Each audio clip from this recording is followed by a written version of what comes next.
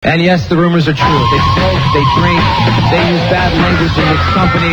They're extremely rich and they can flash more bling than most posses in this room. Rock stars they are, and God bless them for that.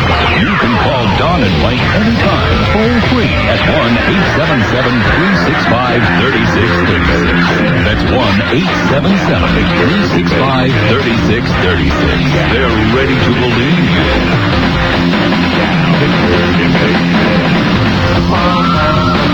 It's the Don and Mike Show, and they'll say what they wish. Where else would you rather be than right here, right now? Who was part of the greatest upset in sports history last night? Thank you so kindly. And good morning, Mr. and Mrs. Contiguous and all the ships at sea. Hey, let's go to Don and Mike in Manhattan. Hi, Don and Mike! Oh, thank you. That's it. Hi, thanks, Rob. And hello, and thank you for listening, everybody. Don and Mike Show, a new episode on this Thursday. October 25. Coming to you again from the greatest city in the world, New York. And here are the phone numbers. The national number, 877-365-3636. Our little song started a little late this morning. Yeah, it wasn't queued up. It's fun. I've never heard it that deep. 877-365-3636, national number from New York. Call us at 877-692-1027. Let me see if I have the correct music. Yes. Ladies and gentlemen, I don't know, those of you lucky enough to be in Miami, Florida,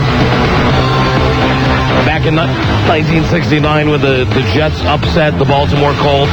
Great moment in sports history. Great. I don't know where you were when the Mets won the World Series. I don't know where you were when any stunning upset in sports happened, when Villanova beat Georgetown. When the Olympic hockey team, the United States, beat the Soviet Union.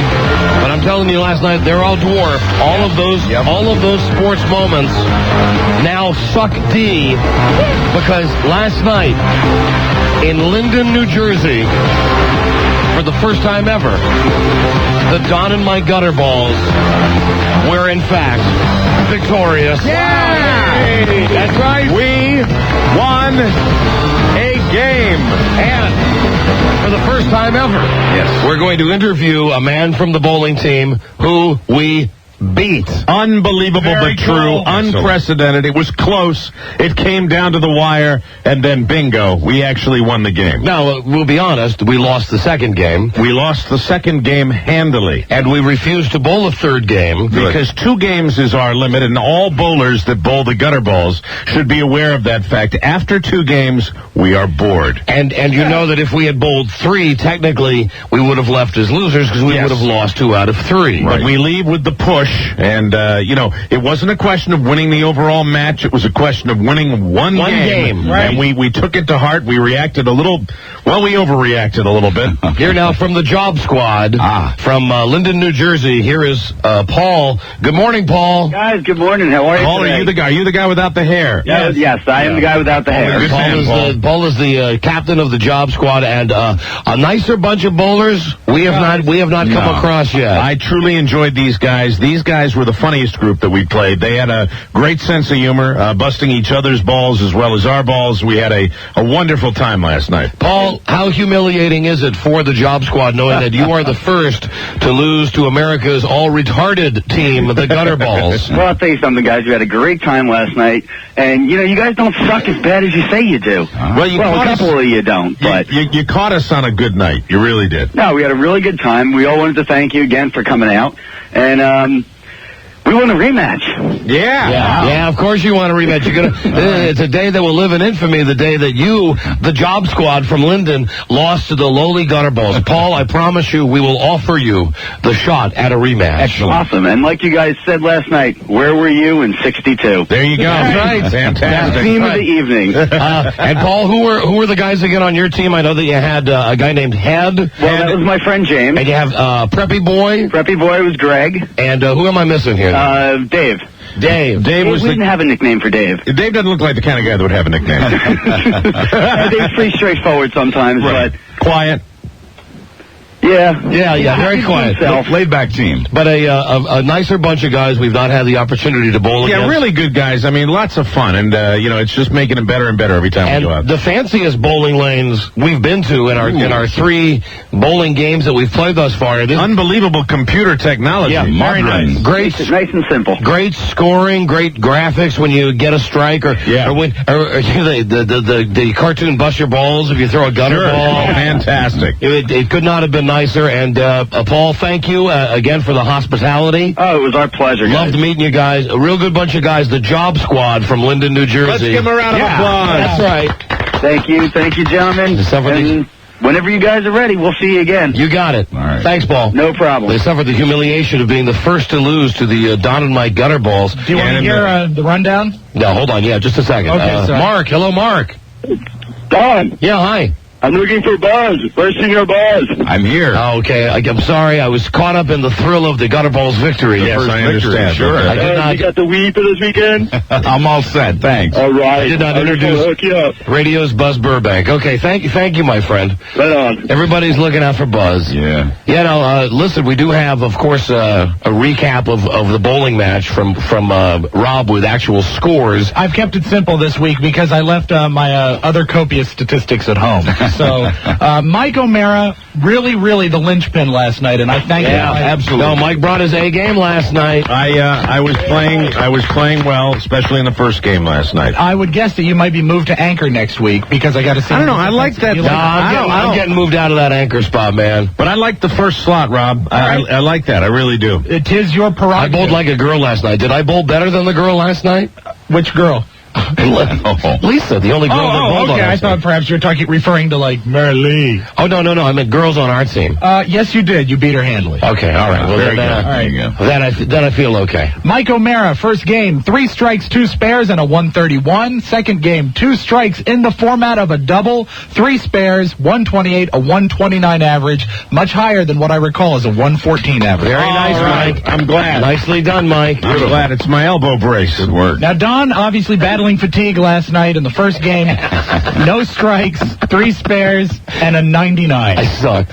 In the second game, no strikes, 2 spares, a 92, a 95 average for the evening, and I believe that's a 123 average, so you are... Way down. Yeah. Big loser I am. An aberration, Don. A break from the norm. Big loser, but I'd like to say once again, my game thrown off by a heckler from the crowd. My game thrown off by that heckler as well. More on that in a moment. Speaking of morons, Dick. More on that in a moment. And also, we were all thrown off by the beauty of the synthetic lane. I think that also threw us all off. Lisa, rummy, no strikes in the first game, 1 spare and an 84. Second game, no strikes, 2 spares, a 90, average of 87, and I think she held pretty fast at where she was last. And I'm only laughing because up on the screen where you put the names, that's what they had for Lisa was rummy. Rummy. And it was so funny. Every time she came up the bowl, you'd see real big on the screen. Rummy. And I'd like to apologize for my second game in advance because I stepped in something. But I had 2 strikes in the first game, 3 spares, and a 130. Second game, 2 strikes, 2 spares, and a 111. 121 over my 114 average. So there you go. There you go. Our total pinfall, first game, 444. Total pinfall. Against the Job Squad at 433. That's an 11-point victory, ladies and gentlemen. That's right. That's right. Should I stop there? Or do you want to hear about the second game? Let's not even hear about the second game. No need. Now, accentuate the positive. I know you're wondering where was Buzz. Yeah. Where was he? Why did we go with 4? We'll get to that in a moment. Hello, Don and Mike show.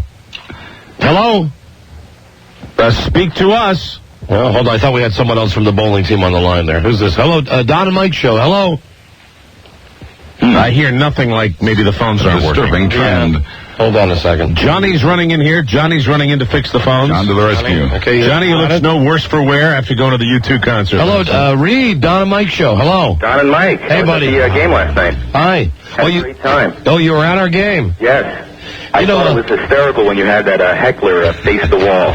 Yeah, Well handled. there's always one guy. Okay. Yeah. Now listen. There's one drunky drunk that just can't handle it. We bowl for snicks, and we suck.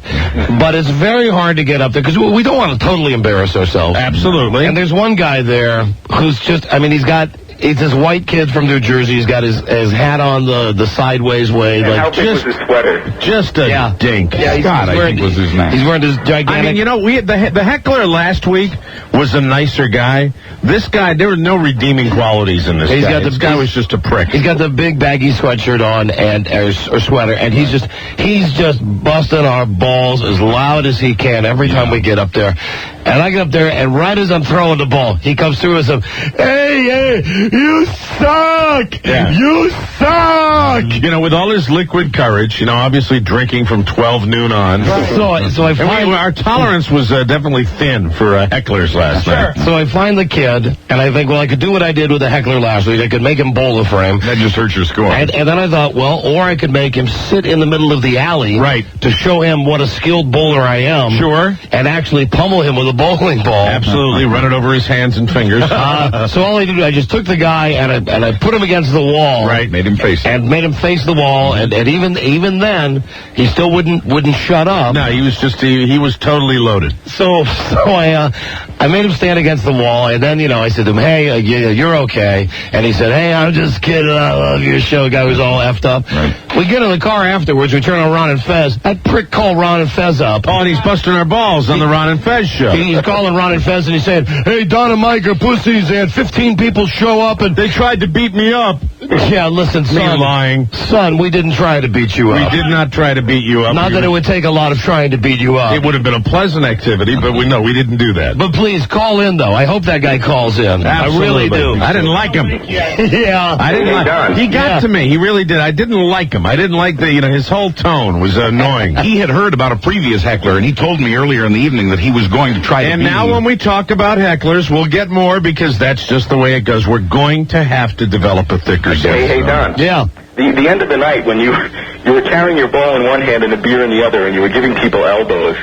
That was pretty funny. Well, there was a lot of guys there, and despite what that douchebag said on the Ron and Fez show, there had to be. The guy said we had 15 people there. We had at least 17. The alley was packed with people, and there were so many people that I wanted to say and shake hands with, but I had a drink in one hand and the bowling ball in the other. So just doing the thing with people just knocking elbows with these dudes. Hey, how you doing? Yeah, like very nice. The Bash Brothers. Yeah, right? They could not have been nicer. Well, listen, Reed, thank you for coming out, man. It was a good time. Thank you. Thank you, my friend. Thank you. Let's go to Eric in Virginia. Eric in Sterling. Hey. Hey, what's up, guys? Hi. You gonna be back in Toothless Fairfax next week? Oh, are you ready? Are you ready for this? Yep. Gutterballs action. Gutterball bowling. Now, it's not a normal Wednesday night next week. Oh.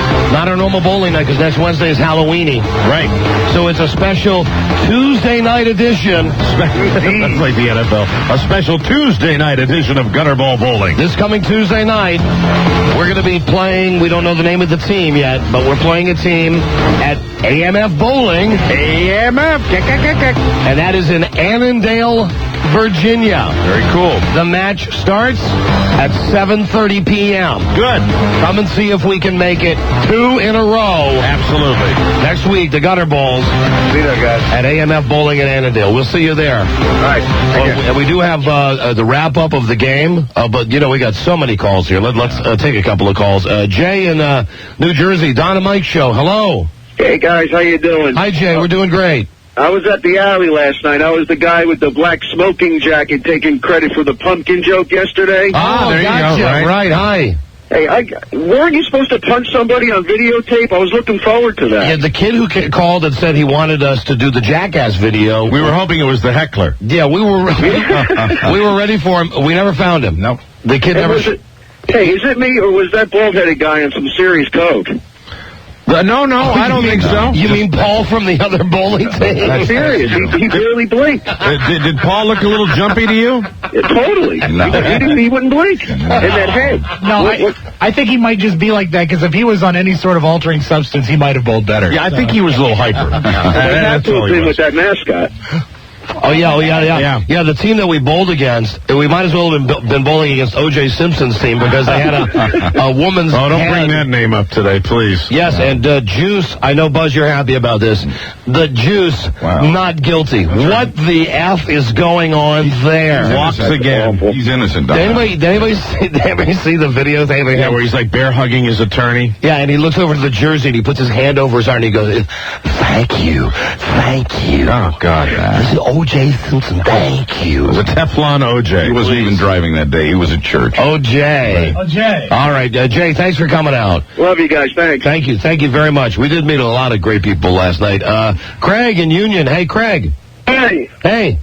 Don and Mike. Yeah, hi, Craig. Radio gods. Hi there. Now bowling gods. Yes, that's right, for the first time ever. Yeah, finally. I thought your record was going to be like Washington. Yeah, like the Red. We were, and now we are still the Redskins of bowling. We've won one game. Right. That's right. 1 in 5. Hey, I got a question. Well, you know, if you're gonna count 1 in 5, you'd really have to say we are 0-2-1. right. No. No, if you count the total games, we lost 2 games the first week, Right. 2 games the third week, and we lost. So we're 1 in 5. We are 1 in 5, and just we're like the counting each game. Redskins. Yeah, you're right. Okay, all right. Just like the Redskins. Yeah. Hi. Contiguous. What else? I got a question. Did you guys go to the Go-Go Bar? No, although we drove past Uncle Charlie's. We drove That by. is not the bar with the show. We drove by. We drove by about 20 go-go places. Yeah. Especially coming back. Linden's real big for Go-Go Bars. What one should we have gone to? Uncle Charlie's is definitely the one, but across the street is a juice bar. The juice bar. So you'll get loaded up at the Uncle Charlie's. Oh, I know. And you go to the juice bar. We didn't go there because Rob thought it was the Jew bar. and Rob said he wouldn't go anywhere where Jews went. Uncle Charlie's, I mean, certainly quite a landmark in Linden, New Jersey. It is. Yeah, no, we It actually... used to be Smiles, then it turned back into Uncle Charles. We actually spent a lot of time at White Castle, which we will discuss Oh, in a... my God, in heaven, a new fast food moron record. discuss in a moment also. Hey, Craig. Yeah, hey guys, I was just curious if you asked the Linden team when their newsletter's coming out and if you guys are worried about what they might say about you.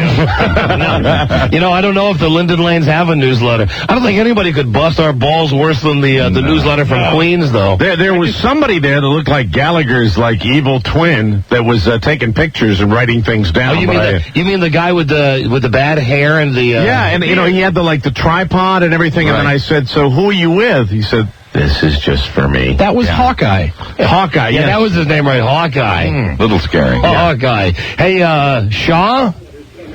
Shaw, turn your radio down. All right. Hi, you're on the air. Okay. Shaw. Yeah, it's down. Yeah, hi, you're on the air. Hey, Don and Mike? Yeah, hi, Shaw. Yeah, I just want to congratulate the Teflon Don, O.J. Simpson. You do? Yes, we're all happy today that O.J. beat the rap. We actually found out had a celebration last night. Yeah, the original black man is God. The original what? The original black man is God. Okay, very good. Thank you, Shaw. Yes, we're all so happy that O.J., who's been so unfairly prosecuted every time he gets in the least little bit of trouble. Right. Yeah, and no one was happier last night than Buzz Burbank. Yep, Buzz had a private party. His man, O.J. Right. We beat the man. Hello, Kim. Hello, Kim? Hello? Kim, what kind of a name is that? That girl's name? It is. What do you like, Chinese or Japanese or something? Oh, me? Yeah. No? Oh, Kim. No, Tim. Oh, Tim. Tim with a T. Well, go ahead, speak up, Tim. What can we do for you? Hi, Tim. Hey, Rob, how you feel about O.J. getting off? I have no opinion. He does. He's Hey, how's a black man, a black man in my type, beliefs that have the same beliefs as you, get in your club? What?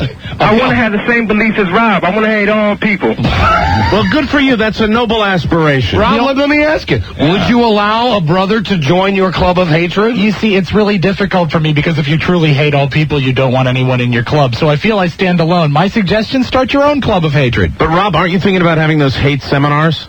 Yes. Rob Spiewak's Hate in America. You come to a local Hampton Inn, we make a nice weekend, and you get a continental breakfast. And wouldn't you to make this guy join your branch, wouldn't you make him bleach his skin like Michael Jackson? That would only be plus points, of course. Wouldn't matter. Rob can't have anybody in his club because he has to hate all people. Everybody. We can get together on a casual basis and hate together, but I can't have any entanglement. Maybe at the big hate conventions like the Star Trek conventions. But he can certainly stand on the podium at his hate seminars and lecture everybody and then ask them to leave promptly. That's right. It's time for you to walk out single file. I said good day. Good day to you, sir. Good day. To you, sir. Thank you. Okay, see you later. Right. Welcome aboard, friend. Bye-bye.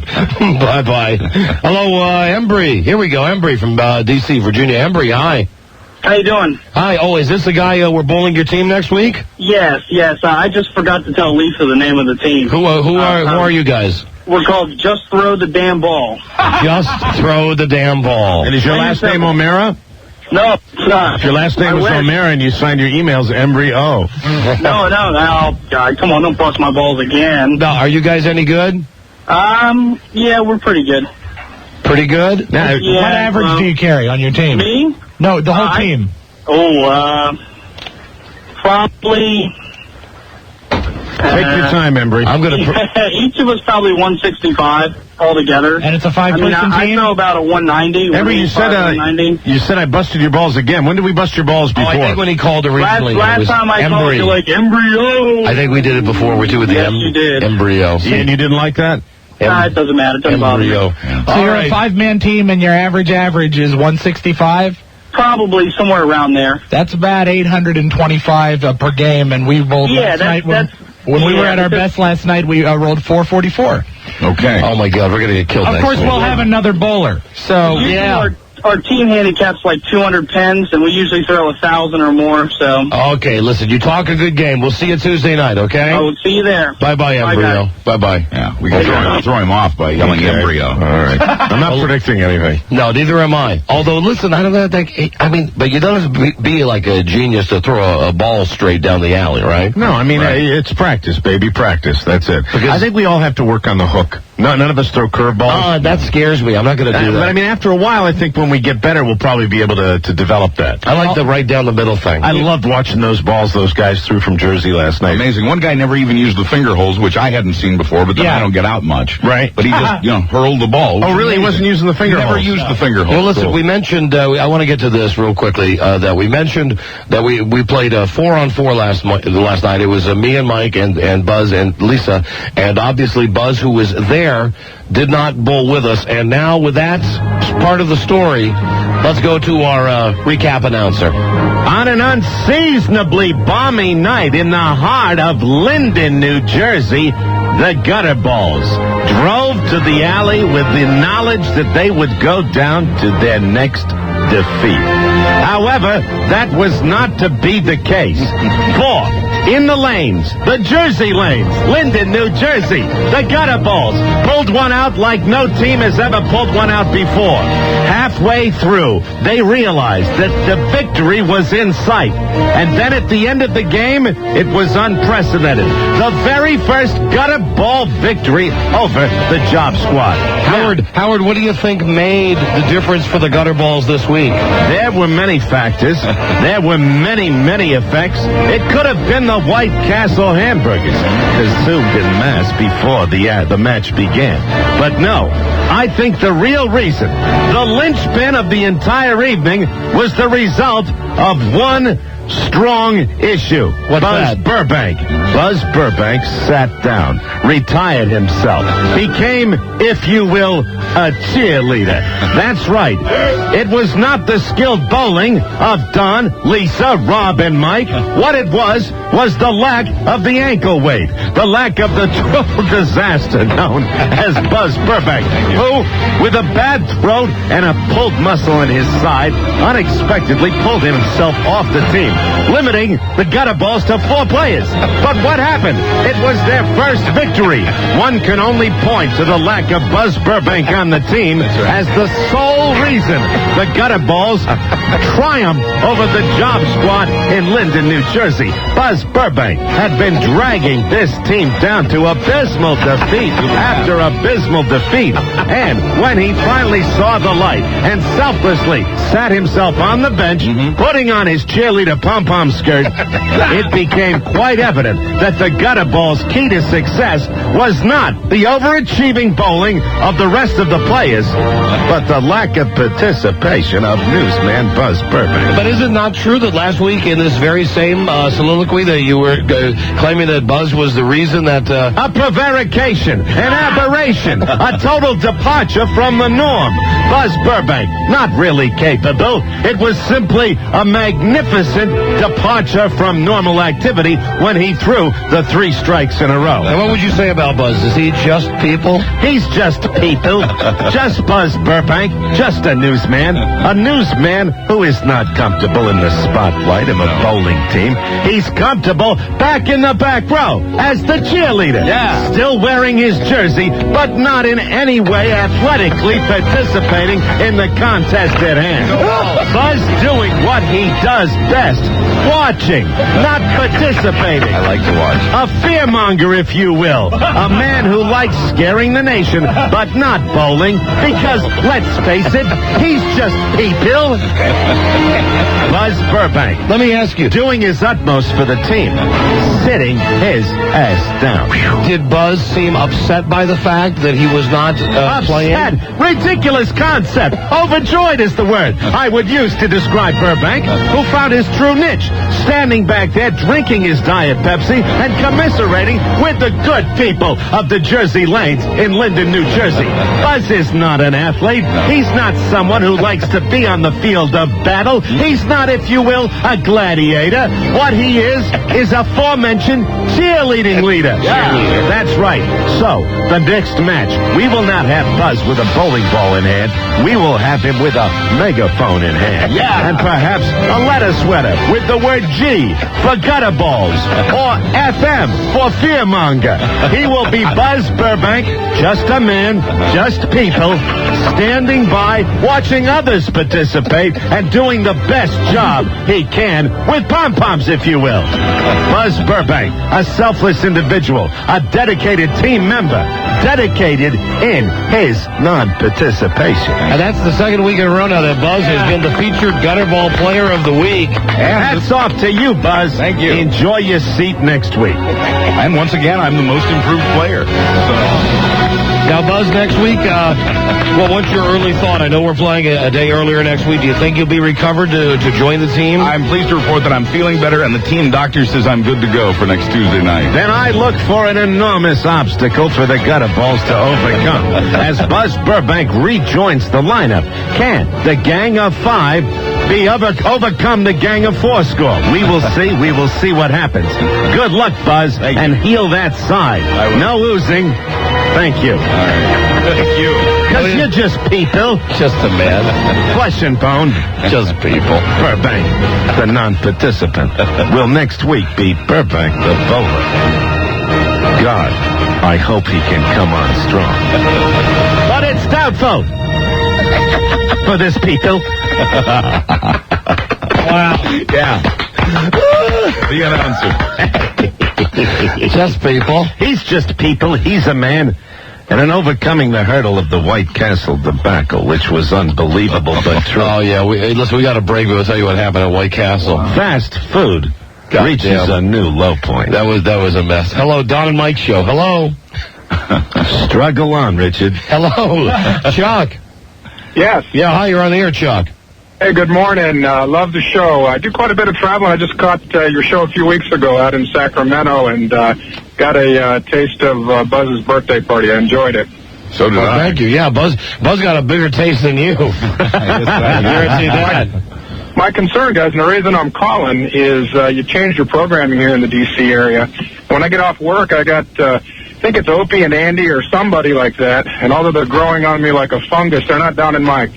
Well, listen, there's nothing we can do about that. Just remember, we're all people. Just people. This is our new home. This is our new time slot, man. You just got to go with it. Talk to my employer and see what I can do about getting some time during the middle of the day to listen to you. Love the show, guys. Thank you. We appreciate that. Thank you very much. Listen to all the shows on JFK. Yeah, for goodness sakes. Hello, Don and Mike Show. Hey, this is Dynamite? Yeah, hi. Hey, how you doing, man? My name is Dwayne. I'm calling from the D.C. area. Yeah, hi. I'm trying to be a dig. Why you always busting on OJ? We don't know if the guy's guilty or not. Oh, come on, you're goofing us. No, not really. Come on, you're goofing us. No, see, there's one guy that I got to agree with because he wants to see OJ off. I don't want to see him off for one, but it doesn't matter to me. You guys will know if he did it. Oh, come on, he did it. You know he did it. I'm a rage candidate, but I never did it. But let me tell you right now, it's fun. We all know the overwhelming evidence from his first trial would point to guilt, murder guilt. And then, of course, the road rage trial, just another opportunity for O.J. to slip through the cracks. Now, the only way I would believe that if Fitz Driver would have had a great ass, then I might have believed it. A great ass! But he's just a man. Just a man. Just a great ass. Just a killer. Caller's right. Just a killer. Buzz agrees with you. Hello, Don and Mike Show. Hi, how's it going, Don and Mike? It's going great, thanks. Hey, Father Time can't bowl. Pardon me? Oh, Father Time can't bowl. Hey,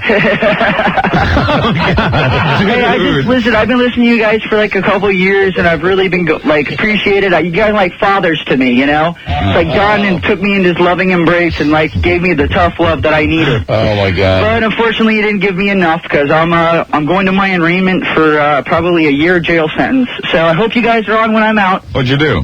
Marijuana. Okay. Well, yeah, you could be my son. Yeah, I could be. I mean, that certainly is not an indictment of my son. No. Simply, Right. Well, look, I just wanted to say thanks for everything, and you sound unbelievably chipper for a person that's just about to go in and get gang raped. Hey, look, no, I'm just going to jail. I'm not going to prison. No, The worst that you're going to do to me is make me not smoke cigarettes for a year and a half. He thinks there's a difference between jail and prison. Yeah. He thinks that his coolie will not be used as a love device in jail. Yeah, I hope not. Have you been to jail before? No. Well, Get ready. You might want to bring some lubricant with you. That's right. And some salad dressing. No, I don't think so. I don't think that's going to be fun at all. Toss my salad. I normally don't ask this of guys, but who's the celebrity you most resemble? Gary Newman. Down goes the inmate. Gary Newman? You mean the guy who sang Cars? Yeah, unfortunately. I'm a goth. You're a what? A goth. Yeah, I have to shave my head, but before I go in, I have a mohawk. Oh, boy. Yeah. There will be a man who looks like Ving Rhames in the prison. You will be his wife. Like the HBO show. Look, definitely, it's not like that at all. It's just going to be jail. I'll probably get good time served, so I'll probably be back. How old are you? Huh? 24. You know what he's picturing? He's picturing the Mayberry Courthouse. Right. It ain't going to happen, Pally. Not at all, Rob. Because I remember, I saw an episode where Jack Nicholson was a bad guy, and he ended up, going out to dinner with the Mayberry family or whatever. Son, I hear Mohawk. They're not going to let me out at all. I hear the goth look, the Mohawk. Do you have piercings and tattoos? Yeah. Of course you do. Let me ask you, son, which parent was not in the house growing up? Both. Both parents? Yeah. No parents? You were all by yourself? Just people. And what a shame. Just people. Yeah, and there's nothing I can do about that. Just anal. I think we've demonstrated exactly what happens to an individual who is raised by this program. Yeah, well, I guess so, huh? Well, good luck. Yeah, thanks a lot. Single Malt Scott sends his love. He is not the If same. you can remember way back when.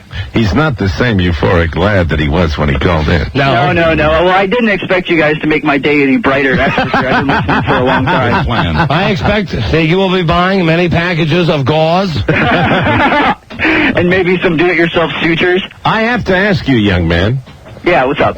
With you facing the criminal justice system at its very worst, have you changed or mended your ways?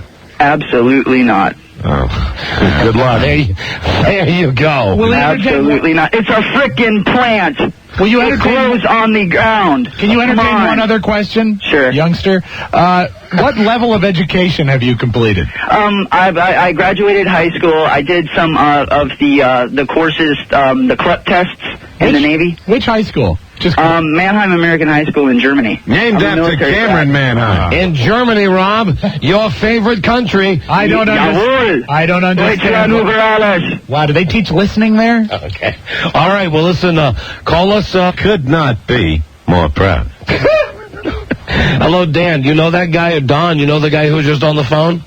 No, but he's not going to go to jail. I got arrested for 2 counts of intent to distribute, which is a lot worse than just getting caught with some pot. and I'm not even going to go to jail, so... Well, I see that we have all the quality members of society flooding our phone lines. Advertisers, what segment of society do you want to reach? But there's a chance that there was more than that guy was telling us. I mean, if he's going to jail, it could be more than just what he said. I can't imagine a lad. I can't imagine a lad like that would lie. Hey, you don't think so? Not one little bit. Hello, Kevin. Hey, Kevin, you're on the air. Kevin, hello. Please do not judge a man by the cut of his mohawk, but by the content of his character. Patience running low with Kevin. Kevin, I hear you breathing. What the F's he doing? What an incredible, the depth of moron. What a DA. A dumbass. Let's go to Ryan in Alaska. Hi, Ryan. Hey, what's up, guys? Hey, what man. are you guys talking about? Pardon me? What are you guys talking about? Get a radio. You still on the bowling subject? Oh, I get it. You're calling from Alaska, so you're not going to hear us for a couple hours, right? Yeah, we don't hear you yet. Yeah, you got to call your local station, man. Get them run the show live, local Alaska Well, then time. I'd have to get up at 4 in the morning. It's all about you, isn't it, Ryan? But imagine, Yes, it is. Imagine you listen to this show, if you will, and imagine the breaks being put on a broadcast when someone calls and simply says, "What are you doing?" Duh. Hey, Goodbye. I have some advice. Goodbye. No, I'm hanging up on you. Goodbye, Ryan. Right. Hello. What's your name? Pavin? Pavan. How's it going? Hey. Good. Is this Dynamite? Yeah, hi, Pavan. How are you? We're great, thanks. Yeah, I'm from Queens, and I was smoking a joint one day, and got caught by the sergeants, taken to jail, spent it overnight with like 13 big, huge guys, and pretty scary. What an incredible story that was. Well written. It had a title. It had a middle. It had an end. Yep. Thank you, Pavan. No problem. Take care, guys. Thank you later. No, it doesn't kill brain cells. Hello, Bob. Hey, guys. How's it going? Hey, Bob, you're on the air. All right, guys. I'm going to take a bong hit for you guys on the air, if that's okay. Oh, God. All right, here it goes. Hold on.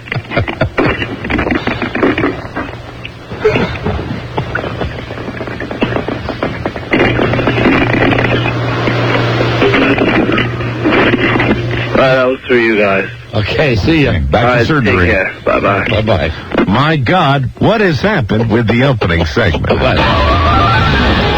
I don't know. It's pandemonium. And who influences these kids? Who's next? Woody Harrelson? Thank you for the touchdowns. Let's clear the lines and get a call 100 at 877-365-3636. New York at 877-692-1027. Oh, listen, we got the great prize again. The airfare anywhere in the contiguous United States. Yeah, that's the part that's connected. If you're the 100th caller now, and we want to thank Chantilly Bowling Supplies and SonicPromos.com for helping us with the equipment for the bowling last night for the victorious Gutterballs. Call 100 right now. We'll be right back. This is the Don and Mike Show.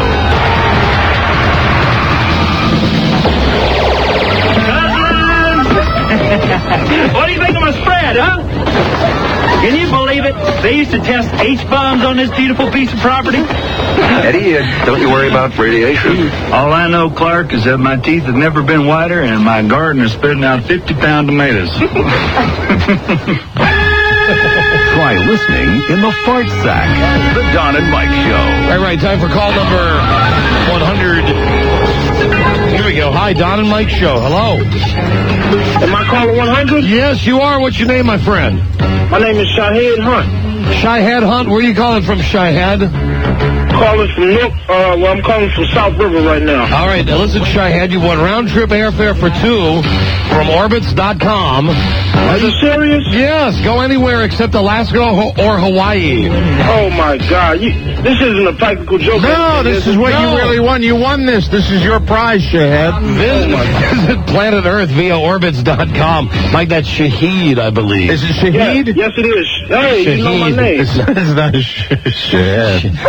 Shahed. It's Shaheed. That's correct. Yes, sir, it is. That Orbitz.com, that's Orbitz with a Z. I think I can't breathe, man. The travel site with the most low fares, proudly created by the world's leading airlines. Well, listen, S-Head, thank you for listening and calling, and enjoy your trip. Oh, thank you, Radio Gods, Don and Mike. Thank you, man. Thank you. Enjoy your trip anywhere in the contiguous United States. Great. Good day for Shahed.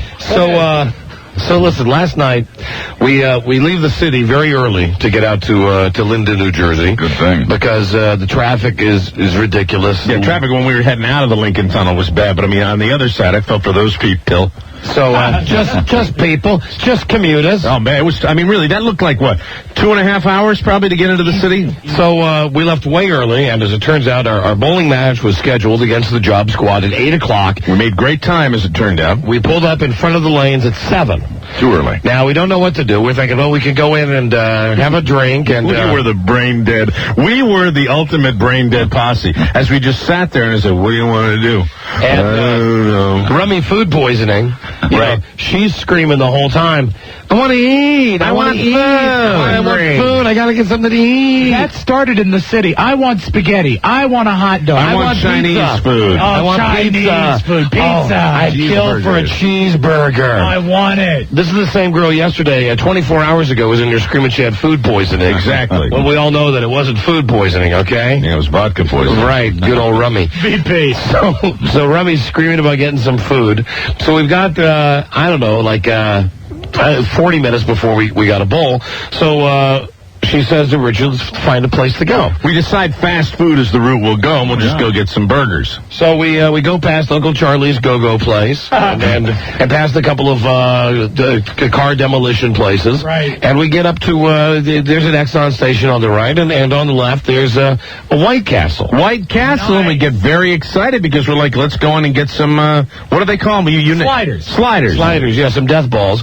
And, of course, Rob wants us to go there because the name. Yes, White Castle. Right, of course. So we pull up, and there's a couple of cars in front of us, and it takes, from the time we pulled in line, there were 2 cars in front of us. From the time we pulled in line, it took 10 minutes.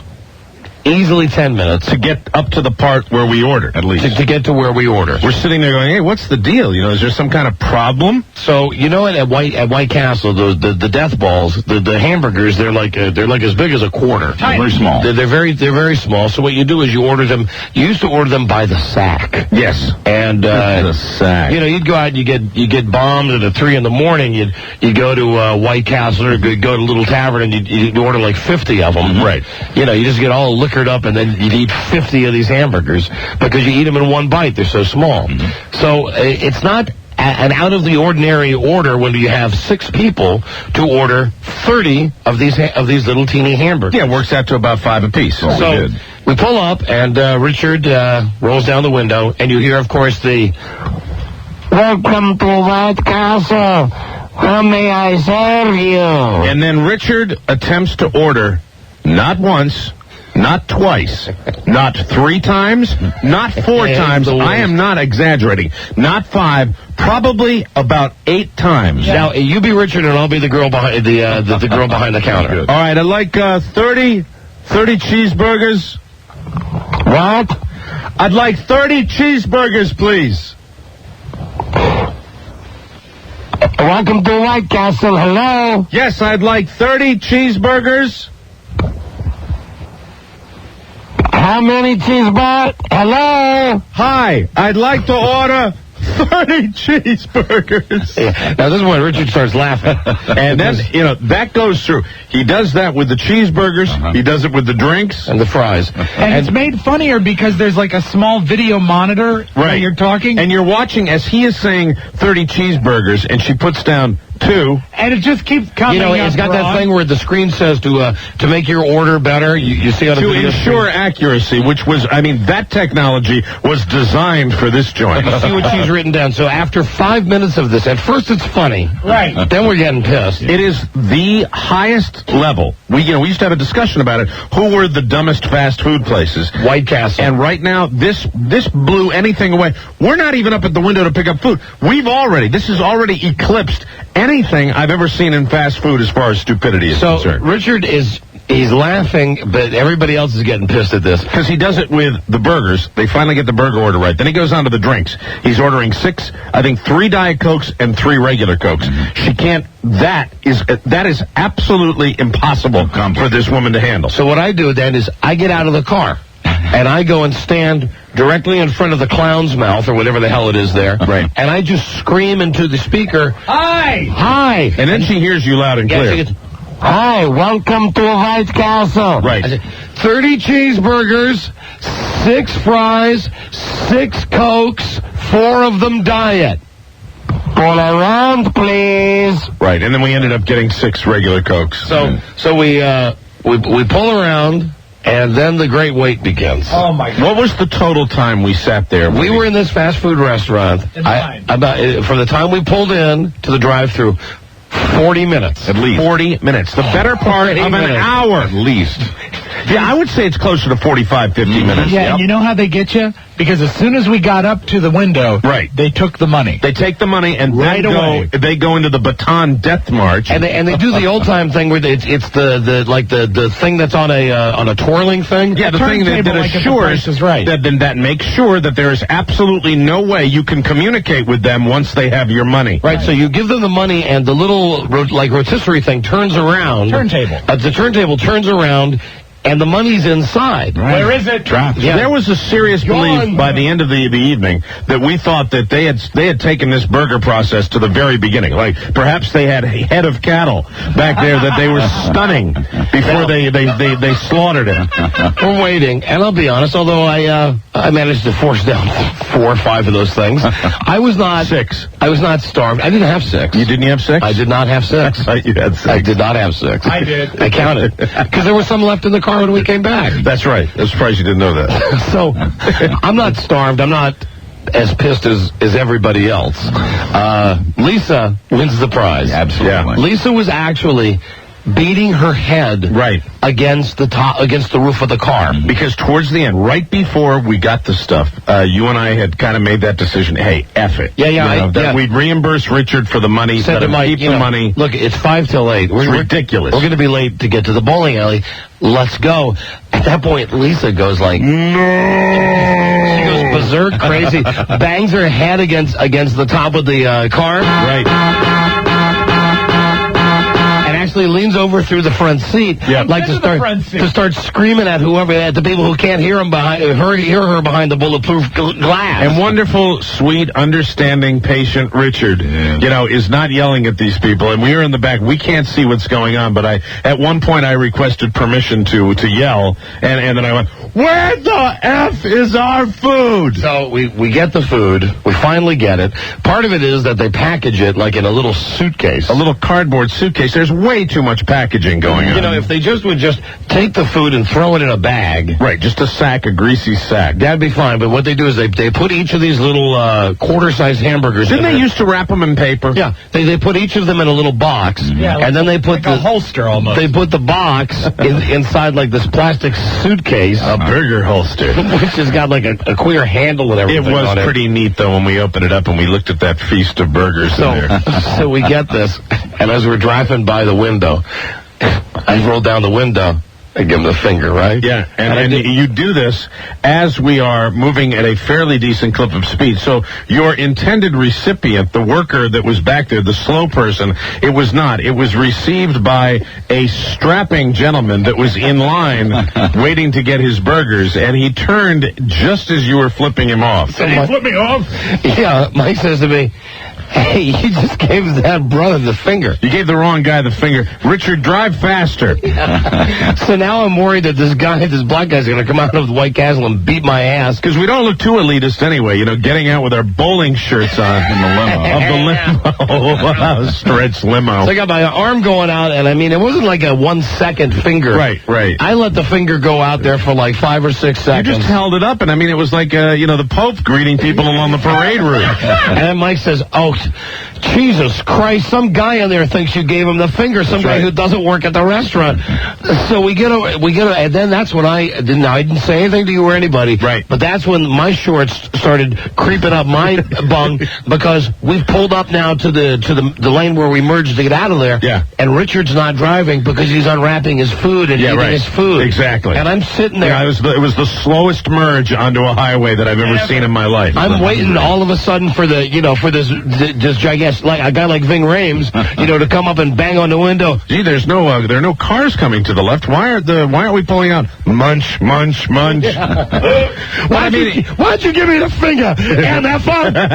Come on, limo. Come on, come talk to me. I'm just paralyzed with fear. But Richard was like everybody else. Richard probably wasn't even hungry an hour earlier. But after we had gotten but it was a good way to kill an hour out there. That's the worst, though. That's the worst one ever. Hey, Walter. Hey, what's going on, Don and Mike? Walter, Don and Mike show. Hello. Yeah. I live in Woodbridge, New Jersey, right by Linden. Oh, lucky man. When are you moving? Yeah, very funny. Try going to any White Castle in this entire state. Wow. You get the same thing. It is. I mean, it is a new low as far as service at a fast food joint.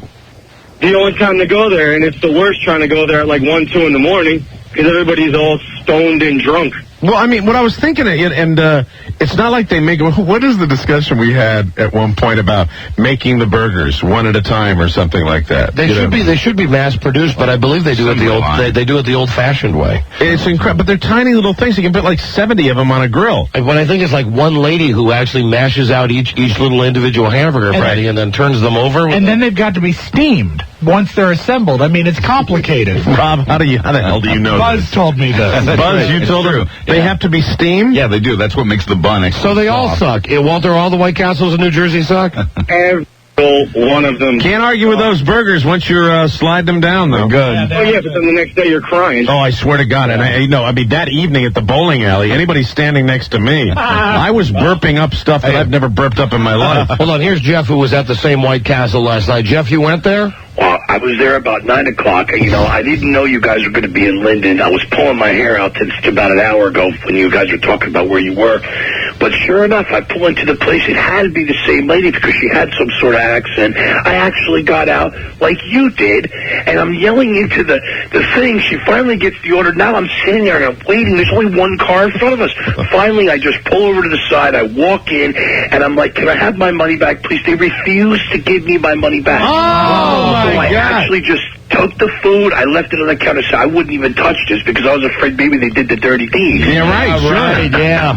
And then don't think that didn't come up a couple of times, too. That they're going to spit in our food. I really feel bad for Lisa, though, because that pretty head of hers, she was banging it against the wall. She really should have went in and started screaming. Maybe you would have got maybe a few sacks for free. I don't know. All right, thank you. Yeah, Lisa's gotten a few sacks for free over the years. Lisa was the funniest, though. Really, really getting mad and really screaming her head off, and then boom, boom, boom, boom, banging her head against the roof of the car. That was so funny. How come we don't have our food? Unbelievable, but true. Mike in Staten Island. Mike, hi. Hey, Radio Goddesses, how are you? Hi there. You're on the air, Mike. Hey, Staten Island. Just coming back 12:30 the other night. I'm thinking, all right, the only thing open right now is White Castle. Who's going to be there? It's 12:30. In and out, get my food. Bang. Go in there. There's a huge line.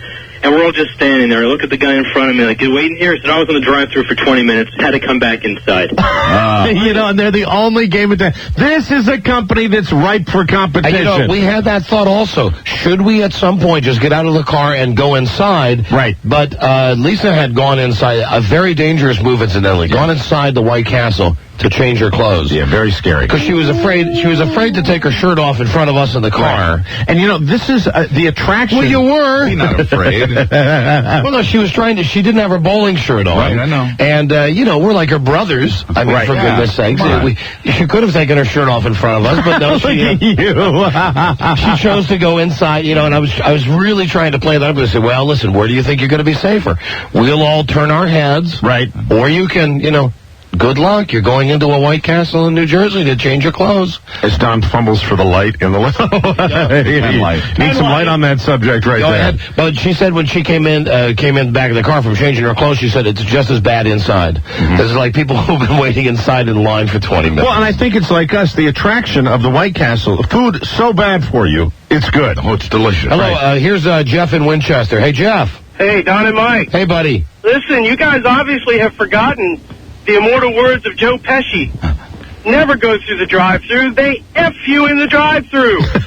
Always say F you in the drive-thru. That's true. But you guys get 50 miles away and you never know it. Hey, thanks a lot. Have fun. All right, thank you, Jeff. Have fun. Bye-bye. We do. Here is Tracy from Iowa, I think. Tracy. Hey, good morning or good afternoon, guys. White Castle, and then you drank on top of them, too? No, not heavy drinking. Not like rummy drinking, no. Oh, okay, so...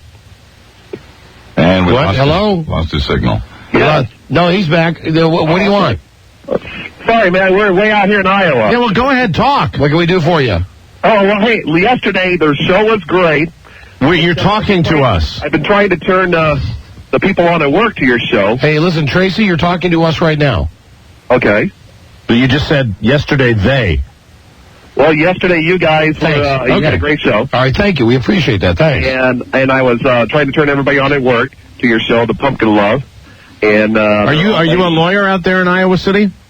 Yeah, KCJJ. I'm a drug dealer out here, or a pharmaceutical rep. Oh, you're okay. I thought you might have been the DA. Drug dealer. I might have been the DA. Okay, you can tell Buzz there. It's the good stuff, too. All right, excellent. But anyway, these ladies at work said if I didn't turn you off, they're going to get me for sexual harassment. You know, we could get that drop in from Law and Order. Yeah. That turn, whenever so we get a DA. If you don't turn those guys off, they're sick, they're evil, they have no morals. I go, yeah, they're great. And so I had to go out and listen to your show out in the car. No, wait, hold on. Let me listen. Hold on. I think I follow what this guy is saying. I think I have figured this out. That's incredible. You've broken the code. He's listening to the show yesterday in the office that he works in. Women who are in the office don't like the fact that we had the Pumpkin Love show on. They said to him, and tell me if I'm hearing this right, if he left the show on, they're going to sue him for sexual harassment. Correct. Who are these nutty bitches you're working with? They are. That's why I'm usually out on the road, but I had to go in yesterday, and then they said you guys are sick, evil, and have no morals. Well, I agreed with that, but I thought... so then I had to go out. I took a lunch break. I just stayed out in my car and did some paperwork out there and listened to them because... you mean listen to us? They're a bunch of old hags. You mean you listen to us, not listen to them? Yeah. All right, well, you're having difficulty, like, discerning between saying us or them. Like, sometimes you talk about us like you're not talking to us. Sorry. Yeah, what's with that? All right, thank you, my friend. All right. Bye-bye. Oh, great. Thanks for coming to Iowa. I don't know where you were going when you said, "Are you a lawyer?" And then DA. DA would be great because then we can get that. Rob, if we can ever get that Law and Order sound. I'm sure that change of scene. I'm sure we can get a tape of Law and Order where they're saying, I want to talk to the DA. Yeah, absolutely. Every episode, I'm sure there's DA mentioned. LA Law would have a lot of DA in it. Right. Hello, Bob. Bob in Jersey, Don and Mike show. Hello. No, it's almost sorry, tomorrow. They got my name wrong. Listen, I don't know which White Castle you were in, but I was in the one in East Orange, and I had to be the only white guy in there. I got dirty looks from everybody, including the cop, the black cop that was there. Man, I was scared. I had two black friends with me, and they were like, "How's it feel, Ed?" And you would think you'd be treated better at a White Castle, huh? I don't know what I was thinking, but I was drinking at the time. You would think so. Hi, Lisa. Same thing happened to me last night when I went in. I happened to be the only white person in there, and everybody, all the tons of people that were sitting waiting for the food, all of them stopped talking and turned around and just stared at me. And I had to wait in line for the bathroom because there was a woman in there with her maybe it's because you're a POA. Maybe it wasn't because you're white. Yeah. Maybe it's because you're a POA. Yeah, you're right. That was unfair of me. I think really it's probably, people, at least I'm going to let you in on the fact that there are occasionally people that stare at you. That's your white Weren't devil. you just telling me the other day that someone whose name shall remain nameless, but who works here, was just openly staring at your boobs? Yeah. That's pretty funny. And it was Ken Stevens. No, but someone who works closely with Ken. Yeah, you got it. No, come back. Come here now. We didn't say his name. Just tell everybody what he was doing. We were talking. You're blushing. I wonder why. Not as white now. So I look away, I'm chatting, I look away, and I look back, and just staring at my boobs. and not even trying to hide the fact either. So, I kind of move and make the eye contact again, and he's looking at me again, and once again, when you're chatting, and then you kind of look at something and look back, and he's staring at my boobs again. Staring at the boobs. Was that the day you were wearing the XO cleavage-revealing torn t-shirt? I remember that. There you go. Who can blame the guy? That's perfect right here. Good eye, Buzz. Good eye. Thank you. Not that I memorized it or anything. Hello, Justin, Don and Mike show. Hello. XO Communications. Hello. Hello. Justin, hi, you're on the air. Hey, how's it going? Okay. One time, me and my friends smoked a bowl behind White Castle. Yeah. We went to Stilettos, a strip joint in Jersey. Yeah. And my friend puked all over the strippers at the bar. Oh, my God. That's real bad. Yeah. Oh, my God. Oh, yeah. I don't think I've ever seen anyone get sick in a strip joint. Oh, God damn. Oh, it was great. We had to drag him out. The bouncers were trying to beat the crap out of him. Oh, I bet. Oh, God. It was hysterical. Yeah. Thank you. Vomiting on the stripper. Why is that funny? Because it is. It is. Hello, Scott, Don and Mike show. Hi. Hey, Don and Mike. Hey, buddy. Hey, every time you tell one of these stories about Lisa getting drunk and stuff like this, when you go out, why don't you roll tape? Seriously, why don't you take a tape recorder? I would pay money to listen to Lisa banging her head against the girl does do something almost every time we go out with her. Yeah, we got to wire her up. Almost every single time. We could TiVo her. Yeah. All right, thank you. Thanks, Scott. Thanks, Don, Mike. We got to roll here. We got one more call before it breaks. Go to Jimmy. Hi, Jimmy. Don and Mike show. Hello. Don, Mike, Radio Gods. Hey, buddy. Jimmy from Staten Island. Howdy, Jimmy. Listen, White Castle tastes great going in, but the next morning, that BM from the White Castle is so toxic it gets strip paint. I haven't had mine yet. I'm good. Oh, wait. It's a brewing. I haven't had mine yet. It's a brewing. That's the thing. It's a brewing. I haven't had mine yet. That's disturbing. My BM this morning was like artwork. Really? It was spin art? Yeah, spin art. Yeah. Multicolored? Yeah. Jackson Pollock? Let me just say that it was very Pollock-ish. Very good. Ed Harris as Pollock. It was so bad that I had to use, that little brush you got by the toilet, that thing there? Really? I had to pull that baby out to actually do some scrubbing That's action. good. Well, that's good. It's very responsible. You could have just left it there. Because there was some splatter action happening. Until it turns to concrete. Yeah. All right, thank you, Jimmy. You're welcome. Thank you. Bye-bye. Before it sets. Who's hungry now? We've got to, I am. Are you really? No, I'm kidding. I couldn't eat a thing. We got a break. The kid, the college radio kid, who we told could come in and interview us for his college radio show. He's here? He's here, and we'll bring him in right after this. This is the Don and Mike Show. That's right. I'm coming to your corporate headquarters.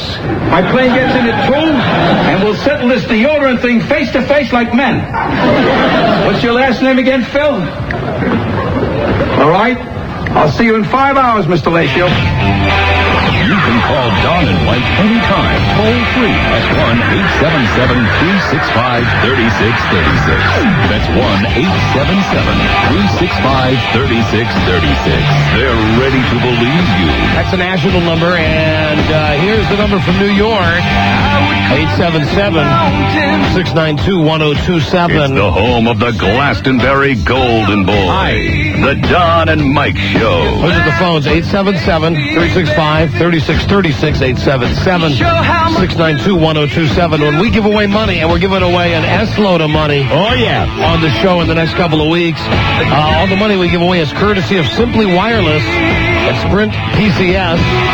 At Simply Wireless, you can get Sprint PCS nationwide network serving over 300 major metropolitan cities. They're simply charming. Go to simplywireless.com. We thank them very much for the money. Yeah. We're going to be giving away more money next week on the show when we get back to D.C. from WJFK. We're going to be having our scary stunt contest. Whoa! Where you could just come in and it's like when guys have come in and tied weights to their nuts and stuff. Yeah, and, stuff that's so disturbing it's scary. Yeah, we're going to have one of our scary. It's a freak show, but it's the scary. Are you scared, kids? Scared. And get ready for the vomitorium with the first ever pumpkin pie eat-off. Yeah, you know, blueberry pie, apple pie, those are your normal pumpkin pie eating contests. Pumpkin pie is just weird. Very rich, very custardy. Yeah, and the deal is going to be that we're going to have an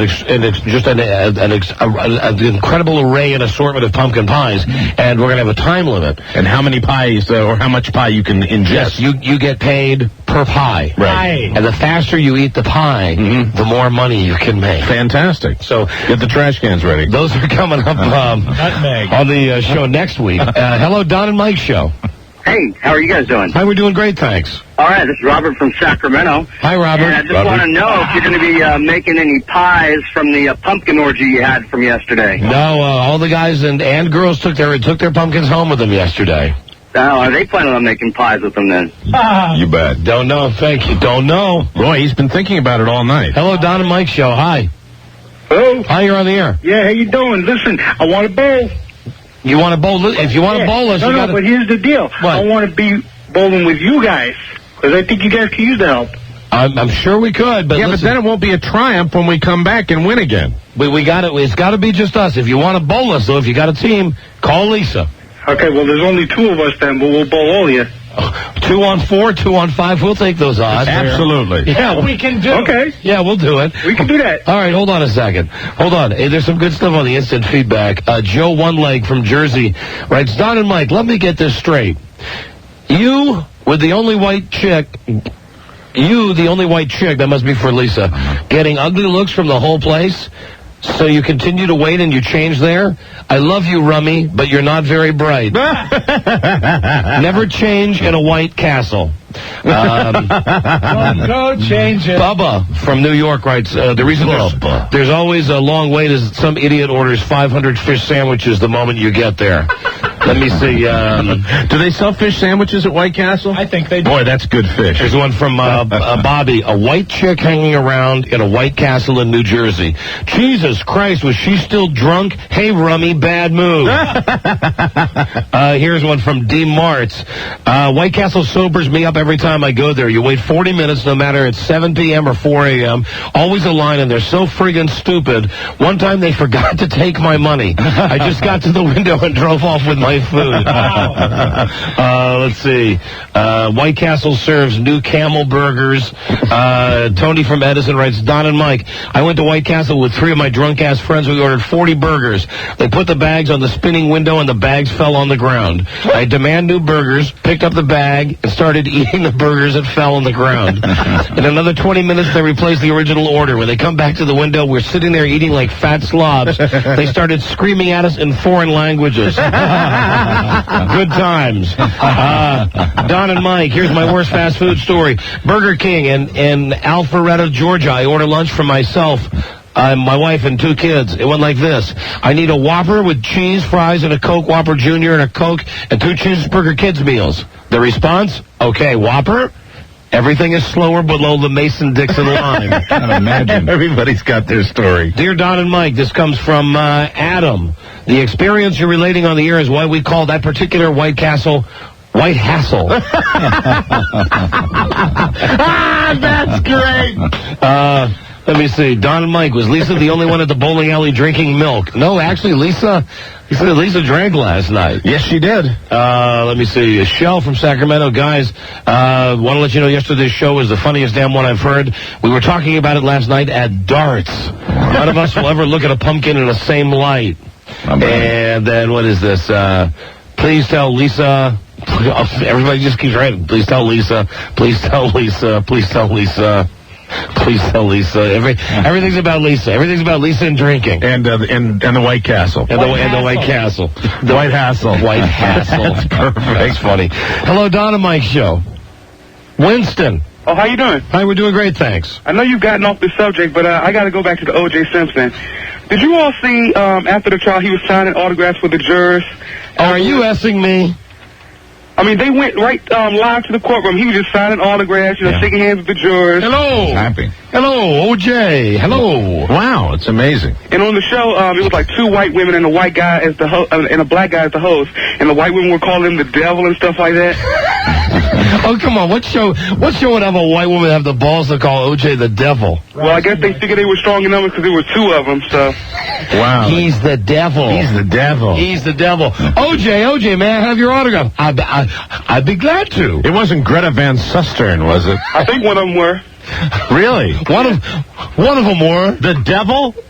Greta Van Susteren called O.J. the devil? I don't think so. Wow. And, all right. Did you see him on BET when he was talking about how it's hard for him to be a single father now? And well, it is. And he was talking about how he would think back on how his wife would handle things with the kids and stuff like that. Yeah, you know what I read about the thing is when the road rage thing happened, when he jumps out of the car to go to do whatever he did to the other guy, the kids are in the car and they scream, "Not again, Daddy!" Yeah. I mean, I'm not making that. Well, I mean, that's not a goof. To do that with your kids alone, and then and now he's walked again. Not again, Daddy. Rewarded for that behavior. This teaches a valuable lesson to Americans everywhere. If you're going to kill your wife, think of how it's going to affect your parenting later on down the road. Yeah, that's the responsible way to do it. Juice, why are you doing this? Juice, not guilty. I maintain again. O.J. Simpson should play the lottery every friggin' day. He is the luckiest man in America. This will eventually. Don't worry. He's getting all the wrong messages. Oh, Mike, listen, hold on a second. How could you say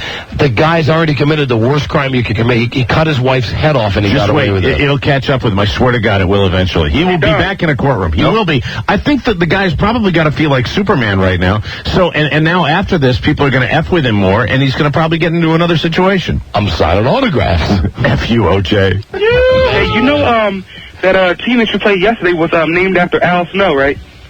Yes, that's right. No, yeah, we know the Job Squad, right? Yeah, the wrestler who mankind hates. Al Snow. Yeah, we got that. Thank you, my friend. All right. The phones, we got to reset the phones. National line 877-365-3636 from New York. Your number is 877-692-1027. Hello, Jeff. Yo. Hey, Jeff, you're on the air. Hi. How's it going? Okay.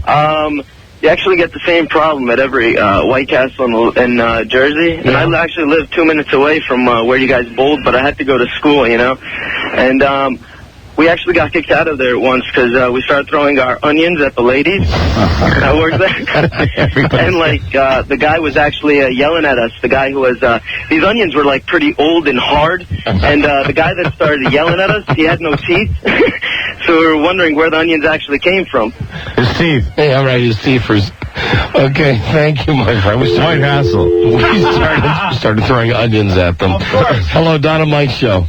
Hey, it's Gene calling. I wanted to ask Don and Mike about Helen Gonzalez's cousin. I have a news flash for him. Gene, it's us. Oh, you're there? You're kidding. No, Gene, you're on the air, Gene. That's hard to believe. Anyway, you remember whatever her name was, Mary Flacis, whoever? Yeah, no, that's the broad that was screaming on TV about little Elion? Yeah, the really cute. It was his cousin or his big sister, whoever the hell she was. Right. Okay. So anyway, a good friend of mine works at Creative Artists Agency, the management company. Yeah? Wait about 6-8 months, you're going to see a whole new Mary, whatever her name was. She's got a whole image.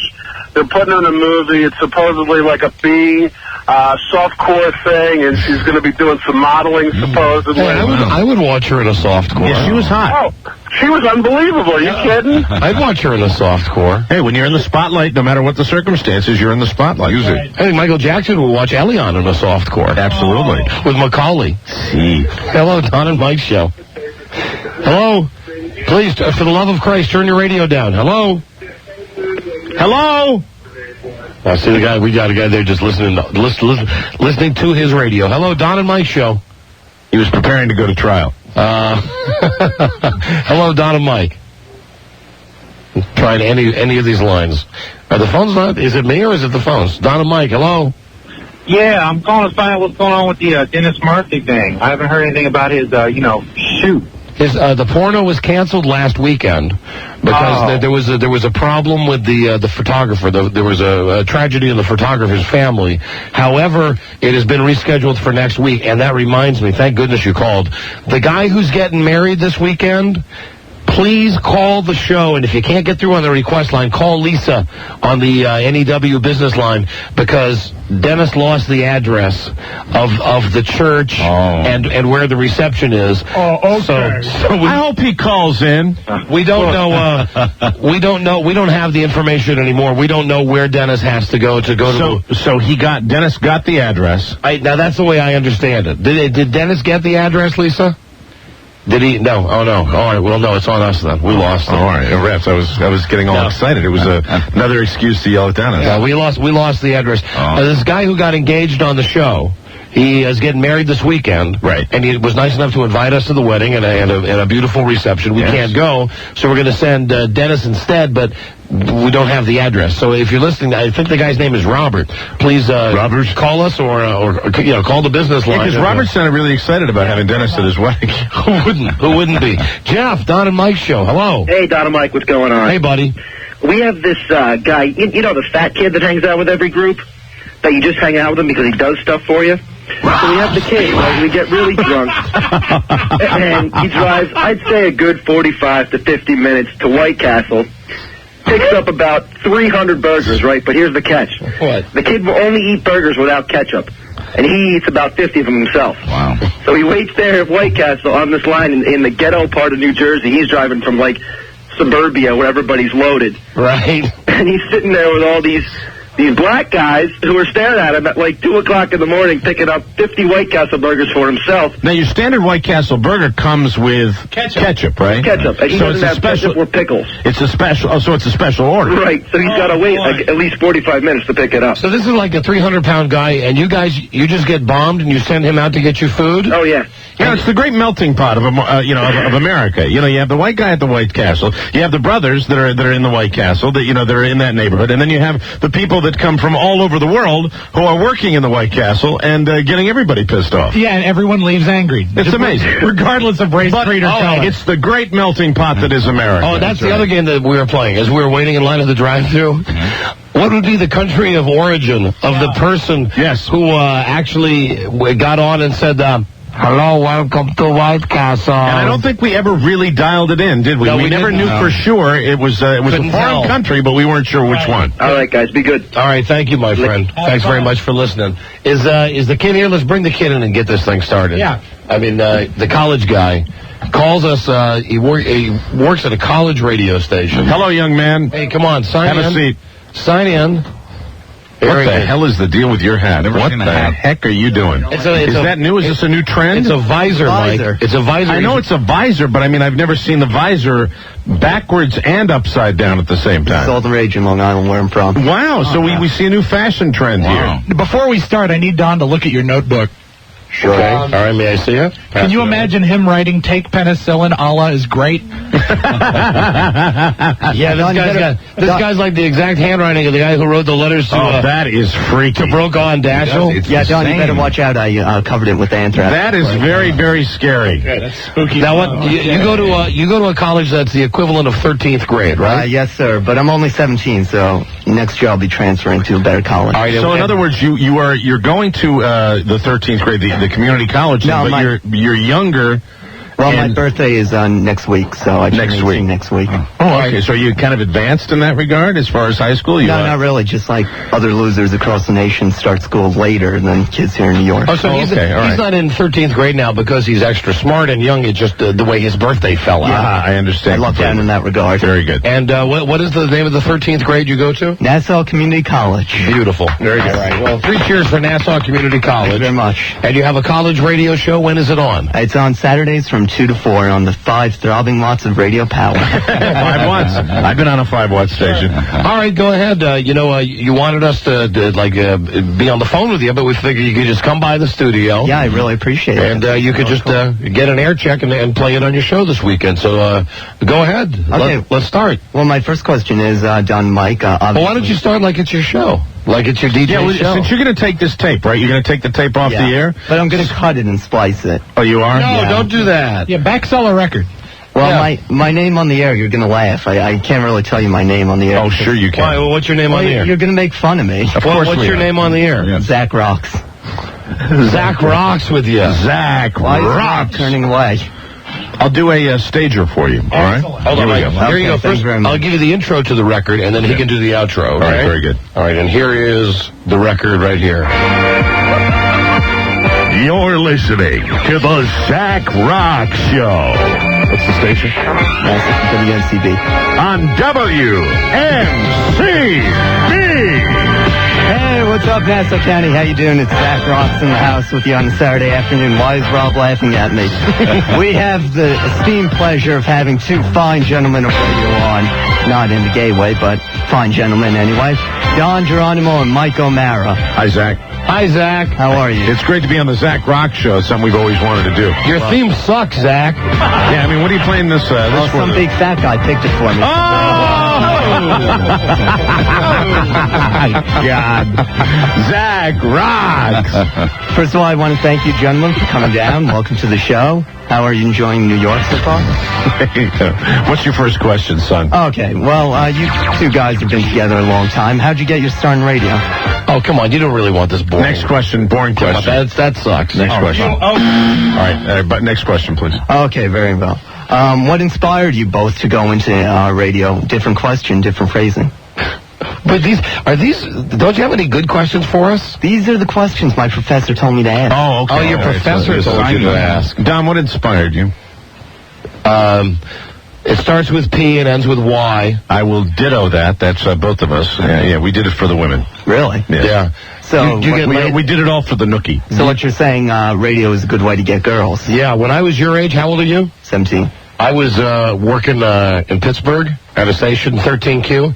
I swear to God, I was having sex with broads that were like 40. I'm not kidding. Were they fat? Some of them were. That's disgusting. But when you're 17. But I'm 17, man. I mean, I was 17. And you darn, you have no regrets. Okay. No. Even the time you were with the midget, the dwarf. That was only to win a bet. Yeah, but it was still with a dwarf. Yeah, it was with a dwarf. I had sex with a dwarf. You didn't have any scruples. I was working at WDRQ in Detroit, and there was this phone groupie who called all the time. Do you have to play this for your class? Yeah.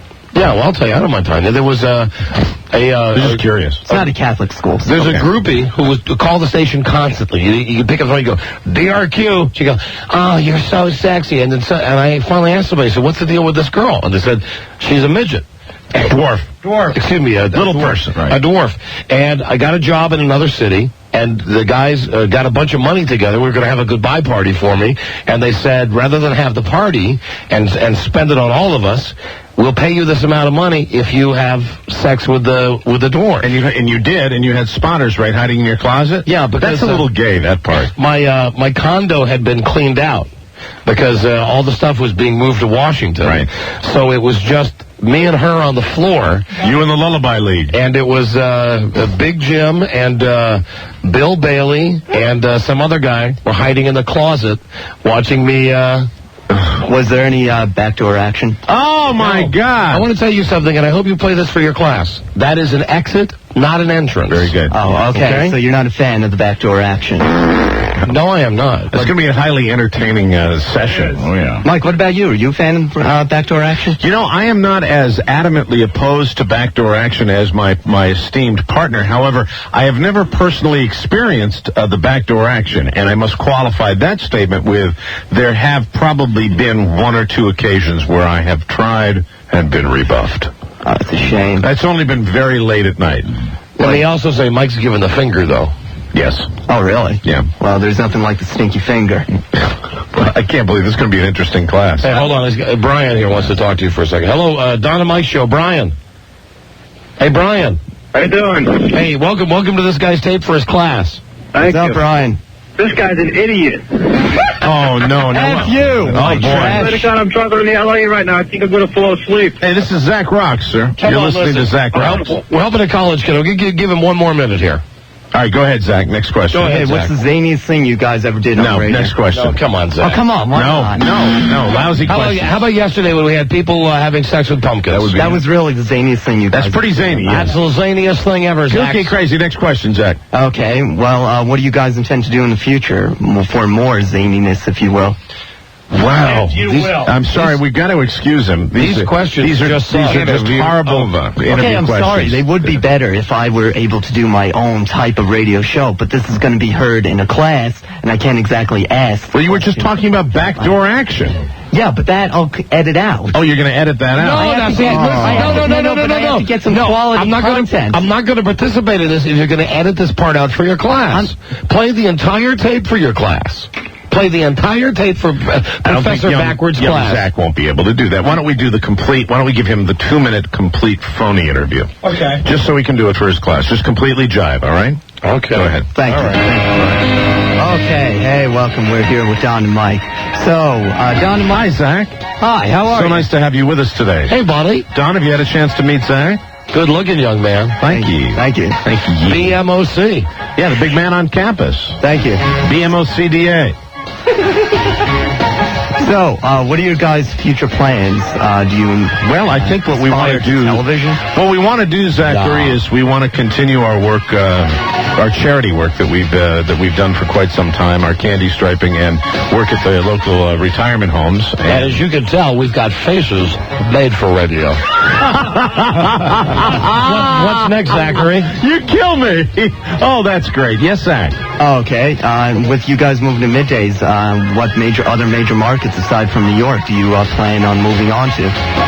Well, very soon we'll be out in Philadelphia, and then Los Angeles and Chicago after that. And we're hoping to be on in every major market city in the country soon, Zach. Zach, let me tell you right now, it's 12:43, and well, cold front coming in this weekend. Yeah, it's going to be chilly, and it was so beautiful here in NYC last night. Going to be down to 50 tonight, high on Sunday, only 47. One of the more balmy nights that I've enjoyed here in the city. What's next, Zachary? Okay. Do you guys ever intend upon moving the show up to New York full time? You'll never know, my friend. You never say never in this business, Zachary. Hey, I want to send a big shout out to all my good friends at the White Castle in Linden, New Jersey. They couldn't be more charming, and we enjoyed a wonderful, simple, good old-fashioned American meal of burgers last evening. You got a chance for one more question before we're out of time here, Zach. Okay. How did you guys meet? We met at Mass. High Mass, I believe it was. Wasn't it, Donald? Yes, it was, Michael. High Mass. Don was coming out of the confessional. And Mike was waiting to go in, and it's much like the Reese's Peanut Butter Cup. I said, well, hey, you got holy water on my missile. And I said, you got missile on my holy water. I say, hey, look at that. The pages have curled up, but they look awfully nice. Two great tastes that taste great together. Okay, and one more question. What advice would you guys give to young men and women going for radio? Get the hell out of the business. Absolutely. And attend Mass regularly, especially the Feast of the Useless Miracle. Okay, very good. Walk in the eyes of the Lord. Very good. Amen, Zachary. Mike, I always thought you were Jewish. I'm very surprised. Yes, well, I've converted, and God bless you, Zach. Thank you very much. L'chaim to all my Jewish friends. Well, thank you very much, Don Geronimo and Mike O'Mara of WJFK Radio in Washington, D.C. We've had a good time, haven't we? Thank you for your time. Until next time, we want to say our time together is so precious. Tick-tock, the hands of time. 44 past the hour right now. That's our time. Until next time, we want to say the time we've wasted with Zach has been a real time. Don, it's not WFAG Radio. Yes. Hey, that's the kind of blue humor that I don't approve of. That's Zachary. something else that Zach's going to cut out of the tape. Yeah, reform school for you, young man. You really want to know about radio, Zach? Have some balls and play this whole tape in front of your class. There you go. The whole tape. And I'll call you back. Okay, please do. Please do. Thanks, Zach. Okay, Zach rocks, everybody. Zach rocks. All right, out, young man, out. Zach rocks. We banish you. And put that visor on properly, young man. Wear like a ball Thank player. you, Zach. Take care. Thanks, Zach. Nice meeting you, sir. Bye-bye. Zach's one of those, and at 17, you never know whether they're, we've made a permanent friend or a permanent enemy, and I think perhaps the latter. Call me when you get laid in about 15 years. Oh, no. I'll have to do that more often. Zach rocks. Jesus Christ. He was a serious young broadcaster. I thought that went well. Zachary rocks. Just people. A kid was like, Carrot Top with worse skin. Yeah, looking forward to it. Hello, Don and Mike Show. Hello. Hello. Steve. Yo. All right, we got a break, Rob? Got a break. Okay, Steve, hi. Hey, how you doing? I just wanted to direct a comment to your friend Zach there. There's a lot of openings for jobs at the White Castles in Jersey. There you go. Save yourself a lot of tuition there. I tell you, as much as we had some rough questions from Zach, I would have liked to see Zachary working at the White Castle. Hello, Ray. Ray. Yeah, Zach needs to grow some paper his class. You're absolutely right about that. Yeah, okay, thanks, my friend. I'll make mincemeat out of that mouse. Bye-bye. Well, you see there... Thanks, Barney. Once again, we've tried to do something good for the community. And it's backfired. And it's just thrown back in our faces like vomit. Once again, we should maintain our philosophy. Do no good. That's why we like taking, not giving. Absolutely. We will be right back. This is the Don and Mike Show. Welcome to the Knowledgeum. I'm Troy McClure. You may remember me from such automated information kiosks as Welcome to Springfield Airport. And where's Nordstrom? I smell a museum. Yeah, good things don't end with "ium." They end with mania or teria.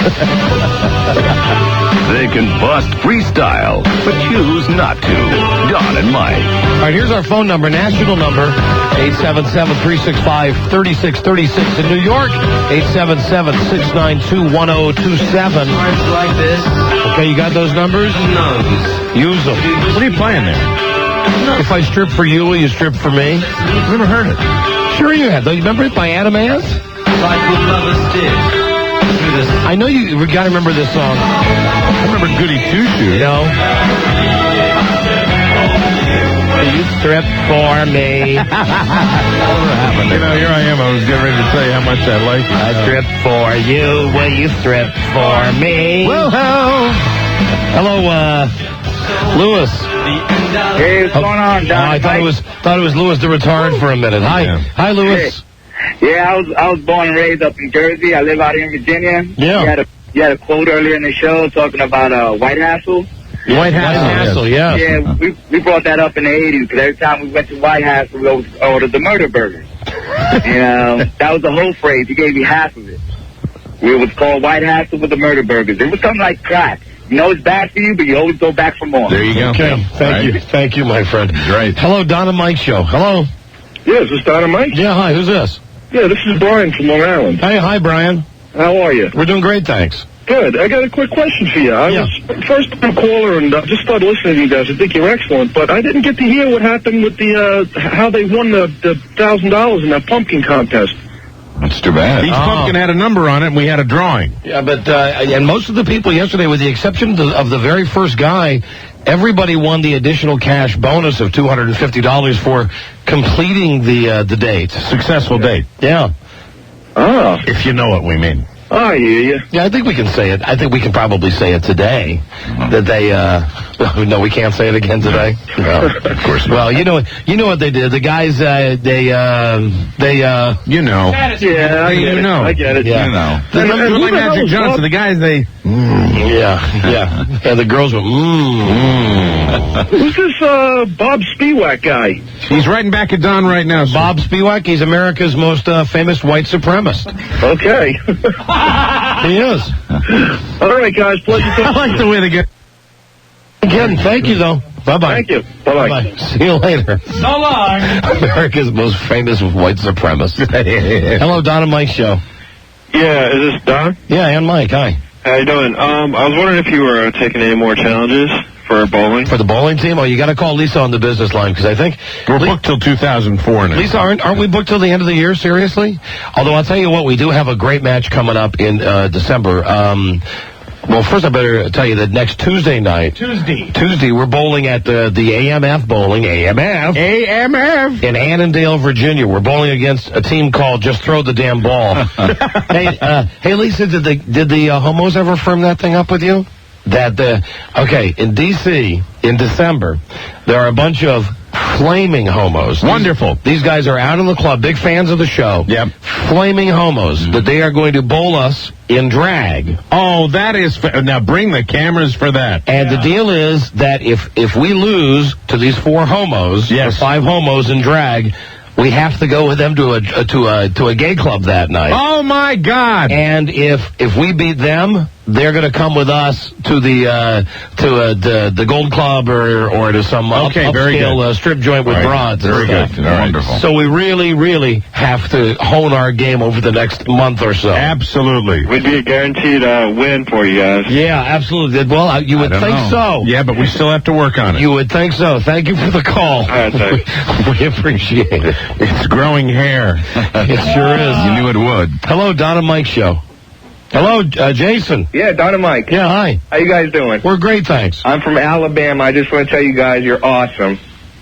Oh, thank you, Jason. Thank you very much. You know, we don't get the show live here. I got to wait till a couple of hours still. I thought you were just going to say you don't get the show. Well, listen, Jason, what you should do is go climb the wall, because I know there's a giant wall around the state of Alabama. Yeah, I think there is. And escape to some city where they run the show live. A civilized place, right? Right. All right. Thank you, Jason. Thanks a lot. Thank you for checking in, my friend. Hello, Ronnie, Don and Mike Show. Ronnie. Don and Mike, how you doing, Radio God? Hey, buddy, we're doing great, thanks. That White Castle in Linden that you went to, I live 2 blocks away from there. Wow. Yeah? Last summer, there was a double murder in that parking lot. Really? Yeah, there was I think they were fighting over some bling bling or something, and the guy got shot twice in the chest, another guy got shot in the arm and the head. It was almost a double murder last night when I gave some guy a finger. Oh, they're the worst, aren't they? We got out of there just in time. And I didn't that chicken bone gibberish. Right, I didn't mean to. I gave the wrong guy the finger. Very, very scary. Mike says to me, "Hey, you gave a finger to some guy standing in line in the restaurant. Be careful. Step on the accelerator, eat the burger later." Hello, Carl. Don and Mike, what's up? Yeah, hi. Hello, buddies. Hey, buddy. Hey, who's this Helen Keller? I seriously don't know. You don't know who Helen Keller is? No. I remember she was deaf, dumb, and blind. And mute. I'm serious, guys. She was deaf, dumb, and blind and mute, and she played a mean pinball. And she achieved a lot of things, although... The deaf, dumb, and blind kid sure plays a mean pinball. Don't you remember the musical by the Who called Helen? No. Helen? No. Well, what she was a woman who had no hearing, no sight, no speech, but she was able to attain great things. But she had a great ass! And we were not allowed to make jokes about her, and because of that, of course, we are making jokes about her. What about that joke, Helen Keller went to town? I don't get that one. Well, you see, she was unable to speak. Read the book. Did you hear what happened when Helen Keller... Did you hear what happened when Helen Keller fell in the well? No. She dug her fingers to the bone, screaming for help. Right. Okay. Yeah, see, he doesn't get it. You got to read the book. All right. See the play. How old are you, sir? I'm only 19. Everybody needs to know this. Only 19. Yeah. Well, what you do is go buy. Is the Who album is a quadrophenia or No, Tommy. Tommy. I heard of the Who, but I never remember the song Helen. Go to Virgin, go to Sam Goody, and ask the guy for the. Oh man, I love this. The album by the Who called Helen. Oh, listen to this. This is a song. We don't play music on this show, but boy, when we do, I like this. This is a song that the Who wrote about Helen Keller. Oh, okay. Now listen for a second here. Here we go. Here's the Who. Ever since I was a young boy, she played the piss silver ball. She must have played them all. But I didn't see nothing like him in any amusement hall. That deaf, dumb, and blind girl sure plays a mean pinball. I think I got it now. Okay. All right, and Rob? Yeah. Our clan member postponed the KKK meeting to 9 o'clock tomorrow. Okay. I'll see you there. Thank you, Carl. Bye-bye. I don't think he's a member. That deaf, dumb, and blind girl sure plays a mean pinball. It's funny. Who is Helen Keller? Wow. Why is she so funny? It means to me. I thought everybody knew. Hello, Don and Mike Show. Hello. Hey, Don and Mike. Yeah, hi, you're on the air. Radio God. This is Joe. Oh, Joe, Yeah. Joe in Laurel, Maryland. Hi, Joe. Hi, how you guys doing? We're doing great, thanks. Hey, I want to know if you guys are about tired of hearing about the anthrax and wonder why the media is not going back to Gary Condit. Beginning to think he's got the same luck as O.J. All right, thank you. Yeah, you know, you might be right about that. That Gary Condit very well could be the white O.J. Mm-hmm. He could, or O.J. could be the black Gary Condit. Well, I think Gary Condit's probably going back to his original behavior now. You know, I mean, that's the way those people operate. You know what I mean? I mean, when he doesn't resign, when all that crap goes down, you know, he's got that feeling of invincibility, which O.J. has right now. But do you think at some point people are going to ask Gary Condit for his autograph? The way they're asking OJ for his autograph, Yeah. you think so? In our culture of celebrity, You think so, absolutely. really? Sure. Those guys should go on a double tour together. And Robbie Condit Blake. Simpson. Hello, Don and Mike show. Hello. Hello. Mark, hi. Yeah. Hey. Hey, I wanted to give you there's a B-side to Helen Keller joke you told yesterday. Is it the one about the iron? Yeah. Yeah, because they called back. Huh? It's how did Helen Keller burn the left side of her face? Wow. She answered the iron. How did she burn the right side of her face? They called back. Yep. Yeah, got it. Don't you have a trial to prepare for? I'm caller 100. Got it. But you're not caller 100. Yeah. Get out of I here. know, I'm just kidding. All right, bye-bye. Oh, he was kidding. Hey, thanks. Bye-bye. Kidding, of course. Bye, D.A. DA. Bye-bye. Hello, John and Mike show. Yeah, hey, I've got some good Helen Keller. UDA. Unbelievable. Unbelievable. Thank you, Rob. Unbelievable D.A. Ultra. What? I've got some Helen Keller jokes for you. You know, are we finding that the real cream of the crop is surfacing now? listen, People that are late on the Helen Keller train. Yesterday was Helen Keller Day. Yeah, I know. You know what they say? Oh, boy! Wow. For the Helen Keller train. Hello, Dave. Yes, how you doing? Just on a mic? Yeah, hi, Dave in New Jersey, right? Yes. Hi, Dave. How you doing? I just wanted to say it wasn't that bad of a segment at Zach Rock show. Oh, no, that was an really bad because the teacher was a tight A, but nothing you could really do about that. It was nice of you to do it. Always good to have a teacher who's a TA, but not a DA. And also, I called before. I want to get together a bowling team. You bowl against one of my team, probably in January. So hopefully I might be seeing you bowling against you in January. All right, work it out with Lisa. I thought that whole thing with Zach was awful. I hope that Zach guy plays the entire tape. If he doesn't, he shouldn't be long on radio anyway, because radio is supposed to be funny, and if he doesn't, it's not funny. If he doesn't play it in front of his class, I don't care. If he didn't, if he wanted to have like a serious interview, he should have gone to like WABC or something like that, right? Talk to one of those douchebags who would have taken him real serious. When's news time? When's news time? I'll tell you, being a broadcaster, right? When's news time? Hey, Hello. Don and Mike's show. Go to CBS. What's up, Dave from New Jersey?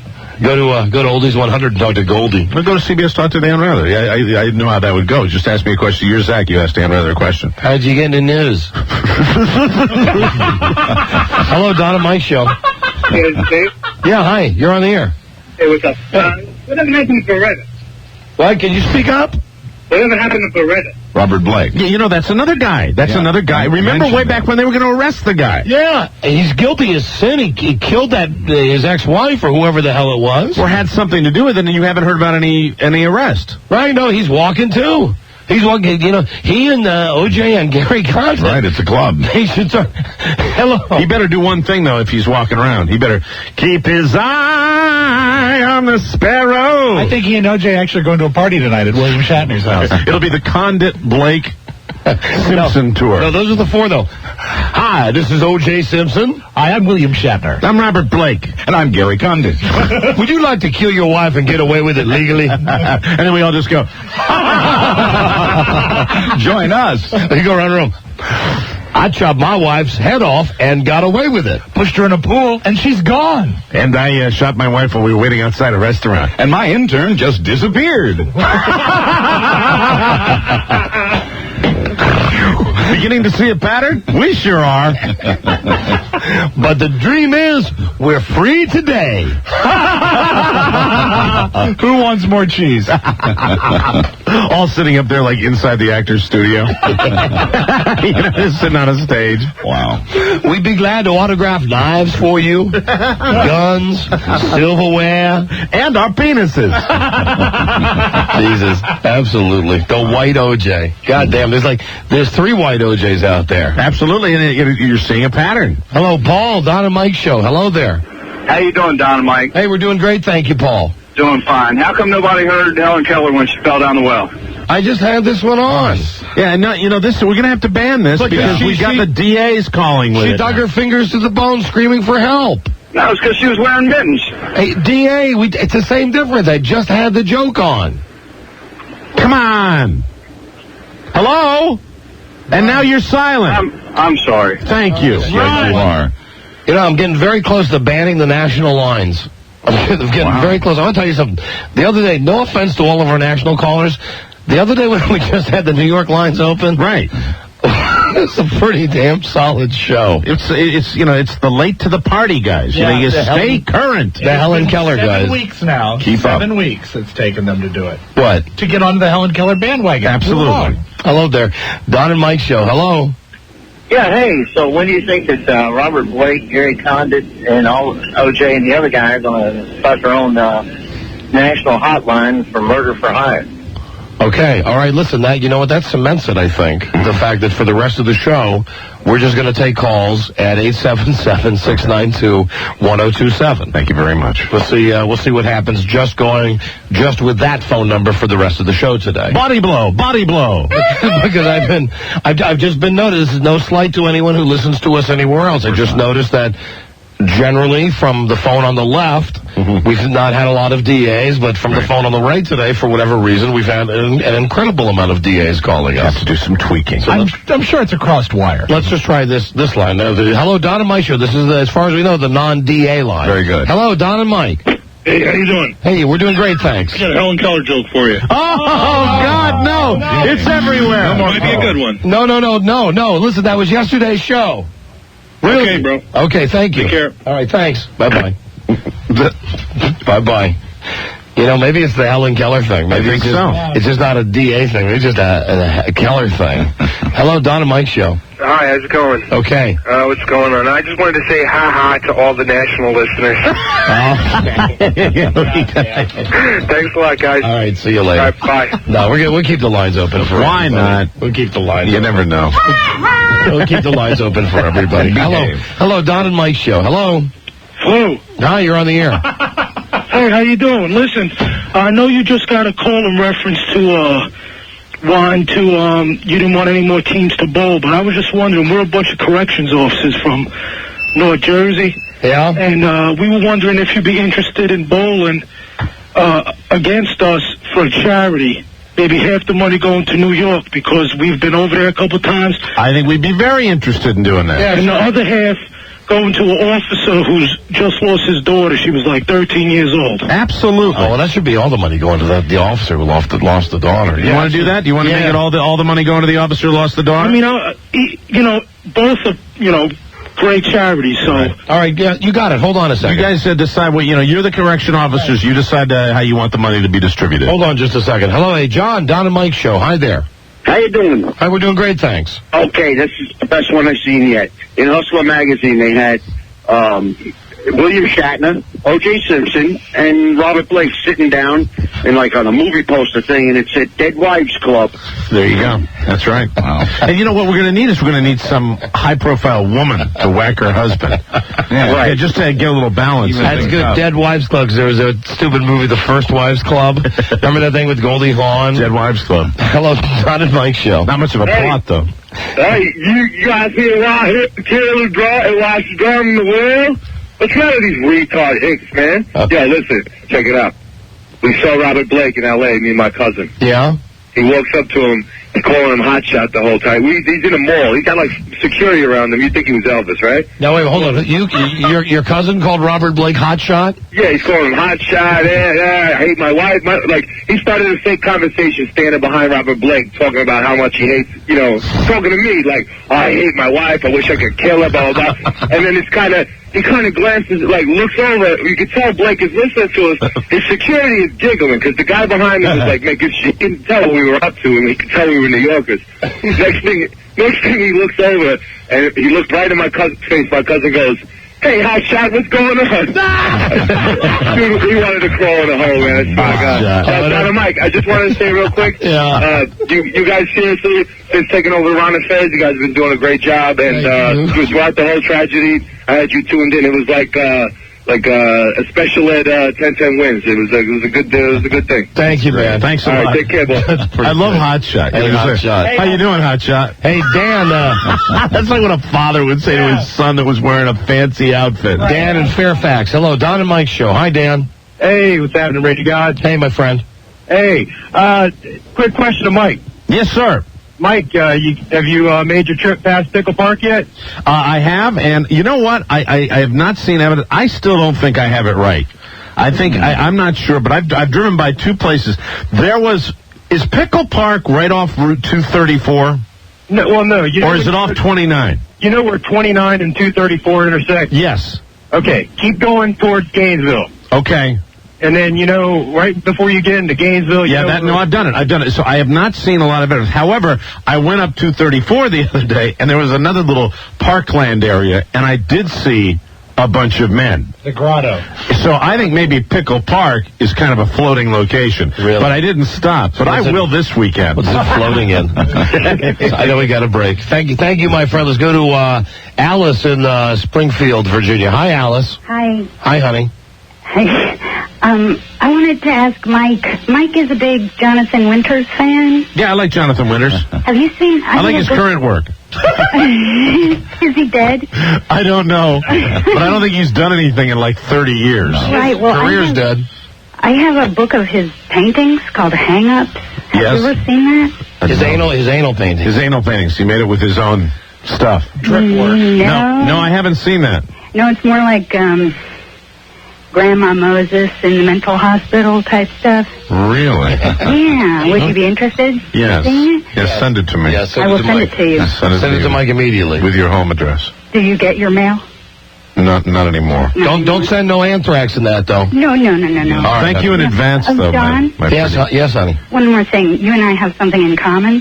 What's that? I, too, fried an opal by not putting oil in it. Ah, thank you. I'm very proud. I'm glad we have that in common. Yes. Thank you. You've been simply charming. Thank you. Thank you. She's a nice lady. Thank you. Goodbye. Bye, Alice. What do you bet she might have been a roommate of Jonathan Winters in the past? Bye-bye. And, I can look forward to getting that book and down and get some oil. Hello, Don and Mike Show. Hello. Hey. Hey. What are you doing? We're doing a radio show. We're fulfilling a 5-year contract. What are you doing? Hey, why'd you give up your time slot? We can go through this again. Why we give it up? We didn't give anything up. We chose to move to this time slot. No. Oh, yes. You stop it. Knock that off now. We are very, very happy with the current arrangement. Where's my love? I mean, what are y'all doing here? Well, where's your love? Your love is between my gonads, okay? Hey, Stubby, shut your lips. Hey, dummy, shut your lips. Don't you have a trial to prepare for? Yeah. Don't you have to fulfill your obligations as the BDA? Oh, come on, I love you. The big dumbass of the day. Haven't we've been doing this new shift now for 2 months. You decide today to call in and bust our balls about this? And then you give us the Bronx, then the raspberry. Very good. Good, okay. I'm sorry that our time shift move has hurt your schedule. But if you're going to complain about something current. Not something that is already done, that's old news. Like your sucky bowling? Like, precisely. Yeah, right, like the sucky bowling. Absolutely. And you know what's another good sign is that you got your radio up real loud in the background. Listening to yourself. Because really, that's the whole mission of your call, is to hear your voice on the radio. I love you, baby. DA. Now, come on, you love me, please. Effing DA. Oh, was that the effing DA? It's an effing DA. That is, I think, the ultimate DA. Hello. Don and Mike. DA? Yeah. That might be the DA of the day. Yeah. I think, and when I say an effing DA, that's just, there's nothing higher. Hello, Don and Mike show. Don and Mike. Yeah. Yeah, did you ever see the Dean Martin roast? Yeah. Sure, of course. What do you think of them? Because they're making a lot of money off there. It's like I think most of them suck. Yeah, they do. You don't see really... Sorry, Rob. I know that hurt your feelings. You don't see really funny stuff on the roasts. But the roasts that they broadcast now, I'm not sure what channel they do, but the real Friars Club roasts are some of the funniest things I've ever seen. Because they really do the real roasting now. Yeah, they're pretty good. We got to break Rudy. Don and Mike show. Hello, Rudy. We're way late. Rudy, hi. Hello. Hey, hi. Hey, Mike. Mm-hmm. Hello. Yeah, you're on the air, Rudy. Hey, Mike, you're a homo. Why is that, sir? I'm convinced. And you're... Something told me you were going to drive by the park. Yeah. Oh, you're going to go to Peanut. You know, I had a feeling. Well, can I be honest with you? We've gotten a lot of calls from some DAs today, but we finally got a smart call. Because, sir, you are absolutely right. Hello. I'd like to come out today. Jim, you're on the air. Hello. It's Gene, Don and Mike. How are you guys? Hi, Gene. Hello, Buzz. Hi. How you doing? Good. Listen, I just want to tell you guys, why don't you take it easy on the national fans? After all, they're just people. Have a good day, guys. Thank you. Thank you. Barbara, hello. You're the last call. We really got to go to a break. Barbara. Yes. Hi. Hi, I'm calling from Long Island. Hi there. I listened to you guys when I used to turn into Opie and Anthony when you guys were always in Washington. Right. And I got to tell you, you almost lost me as a listener. I couldn't take your call-ins. They were the biggest morons I have ever heard calling you. It was like you were talking to the mental hospital. Yes. Hey, many times. Oh, my... I could not believe what I was listening to. What were you guys, tuning into all the mental stations? Well, let me tell you something. As we settle in here in New York, you just keep listening because they will surface in this fine city. Yeah, they find us. They'll find us. The show is like the Shell No Pest strip for the mentally challenged. And now you like it. Mm-hmm. Yeah. All right. Well, thank you, honey. I'm glad glad you're listening. Thanks. And listen, all of the lines will remain open. I was just goofing there. Man, we just had a string like of 8 DAs in a row on the national lines. God. With the Helen Keller stuff from yesterday. You just made the national listeners face the wall for a while. That's right. Like, the guy at the bowling alley. That's right. All right, we're going to change gears here and give you a chance to win some fabulous prizes, including this round-trip airfare for two anywhere from Orbitz.com. All right. Wow. Here's what we're going to be doing now, the Phone Booth Olympics. Good. But we're going to do the Phone Booth Olympics the original way we started doing it. Very good. In recent years, what we've done is we just have had people in various cities go to a phone booth, and whoever gathers the most people at the phone booth, well, that city, they would all win a prize. This time what we're going to do is actually have people go to a shopping mall. Okay. In this case, a mall in New Jersey. And actually run from telephone to telephone. Very good. From one end of the mall to the other. And then they'll win prizes.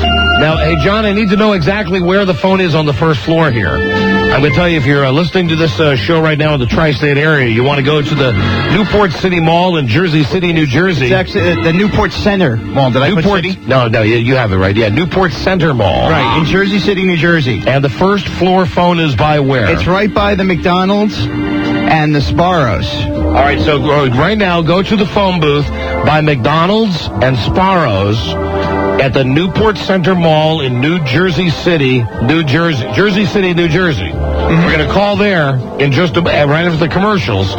First person to answer the phone gets a chance to win cash and prizes. And you get it by running from phone booth to phone booth. That's right, because we got numbers all over the mall. And if you're out at that what is the name of the mall again, Johnny? The Newport Center Mall in Jersey City, New Jersey. If you're out at the Newport Center Mall, just get ready to go see the show. Watch some maniac run through the mall.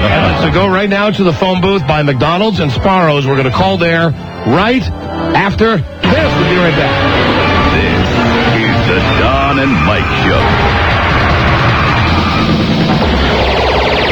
Now, you kids are probably saying to yourselves, hey, I'm going to go out and I'm going to get the world by the tail and wrap it around and pull it down and put it in my pocket. Well, I'm here to tell you that you're probably going to find out as you go out there that you're not going to amount to jack squat. You're going to end up eating a steady diet of government cheese and living in a van down by the river. They can't fit all their junk in a G-string. Don and Mike. That's right. Oh, yeah. Call us. You can call Don and Mike anytime, toll free at 1-877-365-3636. That's 1-877-365-3636. They're ready to believe you. That's a national number. Right. 877-365-3636 from New York. It's 877-692-1027. One offhanded comment, and for goodness sakes, the instant feedback has gone crazy. What happened? Don and Mike, on behalf of everyone listening in D.C., go to hell. Oh, dear. We hate you. We made you what you are, and now you turn your back on us. I guess we were saying the national line, and we were not. We should have omitted our two power bases here when we're talking about Washington and New York. A lot of the dumbass calls that we got, frankly, in the last segment. Well, I don't care if we piss them off. We're coming from Iowa. Yeah, we know where the base of power is, and we know where the good calls come from. Trust me. Yeah, listen, we've never had a problem with anybody calling from D.C. or anybody calling from New York. Anywhere else, though, you're fair game. Absolutely. You're fair game, but... now, do not be paranoid, Washington, D.C. We were talking about somebody else. We always know where everything starts. We always know where it starts. That's where we got our most loyal listeners. We will never forget our home, not in a million years. But people are so pissed about this. Yeah, I can understand. Now that I think back on it, they probably misconstrued that, and but I can understand why. I just said the national line. The national callers. So we don't think of New York or Washington, D.C. as the national callers. And a lot of times, I guess, if I answer a call that's unscreened, or I just see that it's a guy calling from Boise, Idaho, or from Burlington, Iowa, I don't say it because it doesn't sound great to say, right. Here's Mike O'Meara calling from Burlington, Iowa. Hi. Yeah. But here's one. Mark writes, F you two F sacks of S. Wow. Keep pissing on the listeners who give you ratings and allowed you get on in your precious New York. Oh. I hope your fat asses crash and burn. Wow. Big, lying, fat, effing douchebag losers. Hey, now, what is that about? I don't know, man. God almighty. I don't know. Who sent that one? What's his name? Mark. Hey, Mark, take a chill pill. Jesus Christ. Wow. One comment about the national lines. I'm sorry, we get a lot of DA calls on the national lines today. Yeah. We were. Don't take it personally. Don't be paranoid. Hello, Don and Mike show. Hey. We're certainly not. Hi, turn down your radio, please. Hello. Oh, excuse me. That's okay. Before you say anything, let me ask where you're calling from. We never got that information. And he's gone. Hi, Don and Mike show. Hello. Probably New York. Hey, Don. Calling from Winchester, Virginia. Hey, hi there. I want to say, coming from Washington, D.C., when you guys switched over and everything changed, I was worried just like everyone else. But I want to let you know something. You've stuck behind us the whole time. I still consider you Washington's, best guys. You're still rocking us. You're still helping us out, and just God bless you both. I'm bummed out that those comments about the national lines today were taken personally by people in Washington. That was not the intent. And I mean that. I really think that's important. Wasn't directed at you. I don't think anybody in Washington feels that way. Any of your true listeners, you have continued to stick behind us. And vice versa. Listen, we know this. We know that we wouldn't have had this chance for syndication, and we wouldn't be in New York. We wouldn't be anywhere if it wasn't for the good people of D.C. And let's be honest. Everything springs from Washington, D.C. Frankly, that's where we get our paychecks. Okay, so come on, back off. Yeah, but come on, a DA call's a DA call, and it just so happens today they're all coming in on the national lines. Hello, Don and Mike show. Yeah, Don and Mike, please. See, the difference is when you get up here, when you get up to New York, we got to set up where we can see. We got one phone that says just New York. Right. Okay, with the phone number 877-692-1027. Right. And then we got another line that says national, which is just all the calls from everywhere else in America. And we don't have that distinction back at home. Exactly. Hello, you're on the air, Don and Mike show. Hey, Don. Hey, Mike. Yeah. I was pretty glad when you moved to 11 o'clock because, I'm a salesman. I drive around all day, and I was so glad instead of having to listen to G. Gordon, now I'm listening to you guys. Well, good. I've heard that from a lot of people that are on the road all day that they like to switch.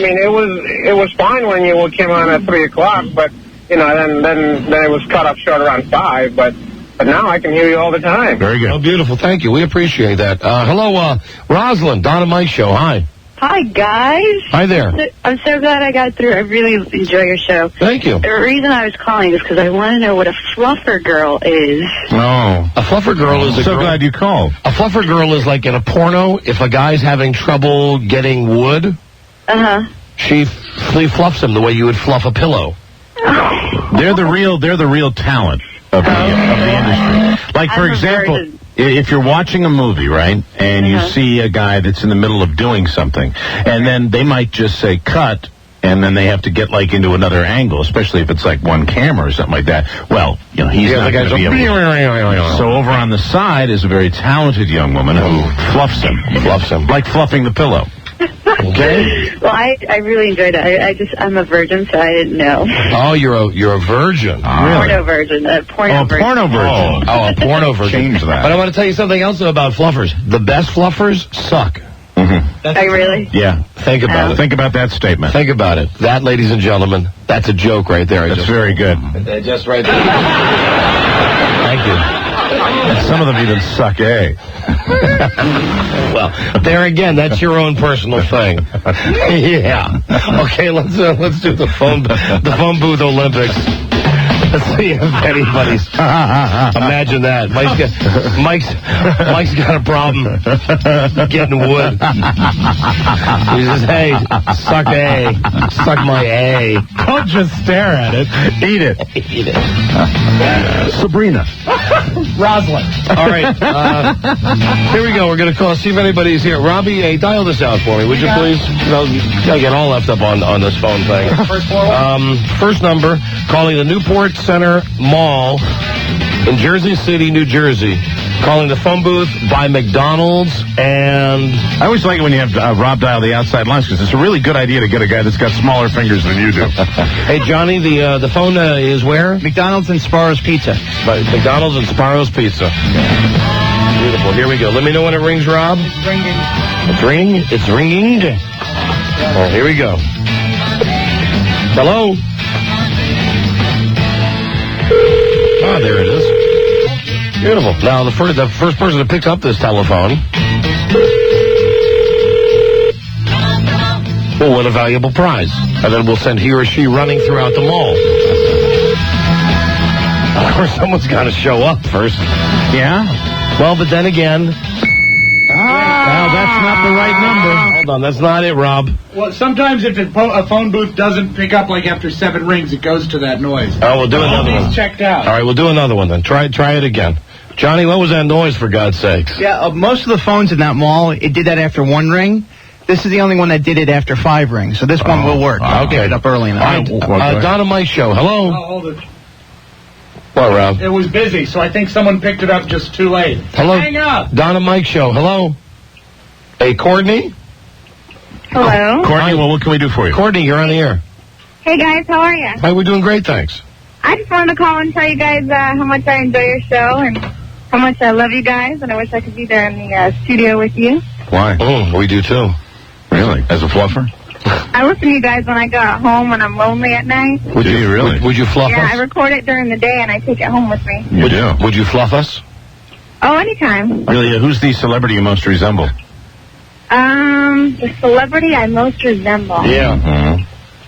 Please, come on, hurry. I haven't really gotten too many of those. Well, let me just ask about your hands. My hands. Do you have soft feminine hands? I have soft feminine hands. I can do a couple things with those. And Are you a hottie? I'm definitely a hottie. Oh, really? Let me come down now. Come and let you play with my hands. Play with your hands. Where are you calling from? I'm calling from D.C. Yeah, come on down to JFK any day. Let us look at your hands. Yeah, I mean, you don't have to rush down. Maybe tomorrow. Tomorrow? Thank What are you guys doing today? Tomorrow. Well, today we're in New York, but come down tomorrow. Tomorrow. You guys going to be there? Yeah, we'll be there tomorrow. All right. I'll take my hands and put them in places they've never been before. Oh, my God. Oh, dear. Okay. Listen to You us. going to be there, though? Yeah, we're going to be there. We're going to be there. All right. Yeah. All right, bye, Courtney. Bye, guys. Bye-bye. Bye-bye. Thank you for the call, Courtney. Are you having any luck with the... It's busy. It's busy. Okay, this is the phone booth. Maybe I should give out the other number, huh? Okay, about the other place, Yeah, the other spot, anyway. Okay, I got another phone booth. Let me give it out first, Robbie. Okay. It's on the 2nd floor of the Newport Center Mall in Jersey City, New Jersey. It's by... what's the name of the place, John? Alterations to Go, and there's a big store for Verizon Wireless. Okay, so this is on the 2nd floor of the mall, all the way at the other end of the mall. Next to Alterations to Go and the Verizon Wireless store. You can go either to that phone booth or the one on the 1st floor by the McDonald's. We're going to try to get someone at one of these phone booths. Hello there, Donna Mike Show. Keith. Hey, Don and Mike, how you doing today? Hey, Keith, we're doing great, thank you. All right. I first want to make a comment about how you think that D.C. listeners are a little angry about you or about your New York thing. Yeah, well, it was a couple of emails that we got on the instant feedback here. Well, from my personal opinions, when you come on saying that you're live from the greatest city in the world, you used to be saying that about D.C. No, and when we broadcast from D.C., we say live from the most powerful city in the world. Okay. Well, that's the problem is that I can start seeing that you're trying to gain more New York listeners, and you're showing them a little. It seems like you're showing a little more. Hold on a second. Honest to God. I have one more thing, real quick. No. Let me answer. Mike. Let me answer what you're saying. So what you're saying is completely ludicrous to me. We do the exact same show that we have been doing for 15 years, and we take calls from everybody, and we do bits in different cities when we're there. Fine, Mike. I have one thing, real quick, to say to you. You're a Boston Red Sox fan. Right. I am disgusted that you hear you rooting for the Yankees in the World Series. A lot of people are rooting for the Yankees now. Now, don't get me wrong. I feel really bad about what Yeah, right. Sure you do. Sure you do. But I can separate sports between real life. All right, so let me get this straight. You're offended because since September 11th, and which is when I started saying we're the broadcasting. I have nothing against hey, hold on, shut up for a minute. You're going to give your point. Why don't you let us respond? Is that possible? I'll tell you something. That since September 11th, when we've come on in New York, I've said from the greatest city in the world. One time at 11 o'clock when we start the show. Since September 11th. When we start the show from back at home, I say from the most powerful city in the world. One time. It's a way of saluting both cities that were affected by the tragedy. And regardless of what team you root for, you talk about being able to separate sports and reality. I think that sports, especially here in New York City, is a part of reality, and anybody that will tell you that this is a particular time when this city could use one in the win column. And that's really why I think there are a lot of people that root for lots of different teams that have to feel that way because of the current situation. Well, I don't. I've been an Orioles fan my whole life, and I will always hate the Yankees. I will always hate the Islanders, the Rangers, the Knicks, the Giants. Anything from New York is sports I can't stand, but I really do feel sorry about for the people in New York. All right, so what was the point of this call? I just wanted to first tell you that I don't know why people are getting, I can see why people are getting offended that, Dynamite are trading or turning their backs on D.C. Do you enjoy the show? Do you enjoy the show? Oh, I love the show. I hate to sound like Larry King, but why do you care? How are we turning our backs on anyone from Washington, D.C.? I never said you were, but I was just saying, I never said you were turning your backs. I said I could see how they could think you were. I think you guys are great, and real quick, can I get an explanation of why you're going from D.C. to New York? I might have missed the show. An explanation of why?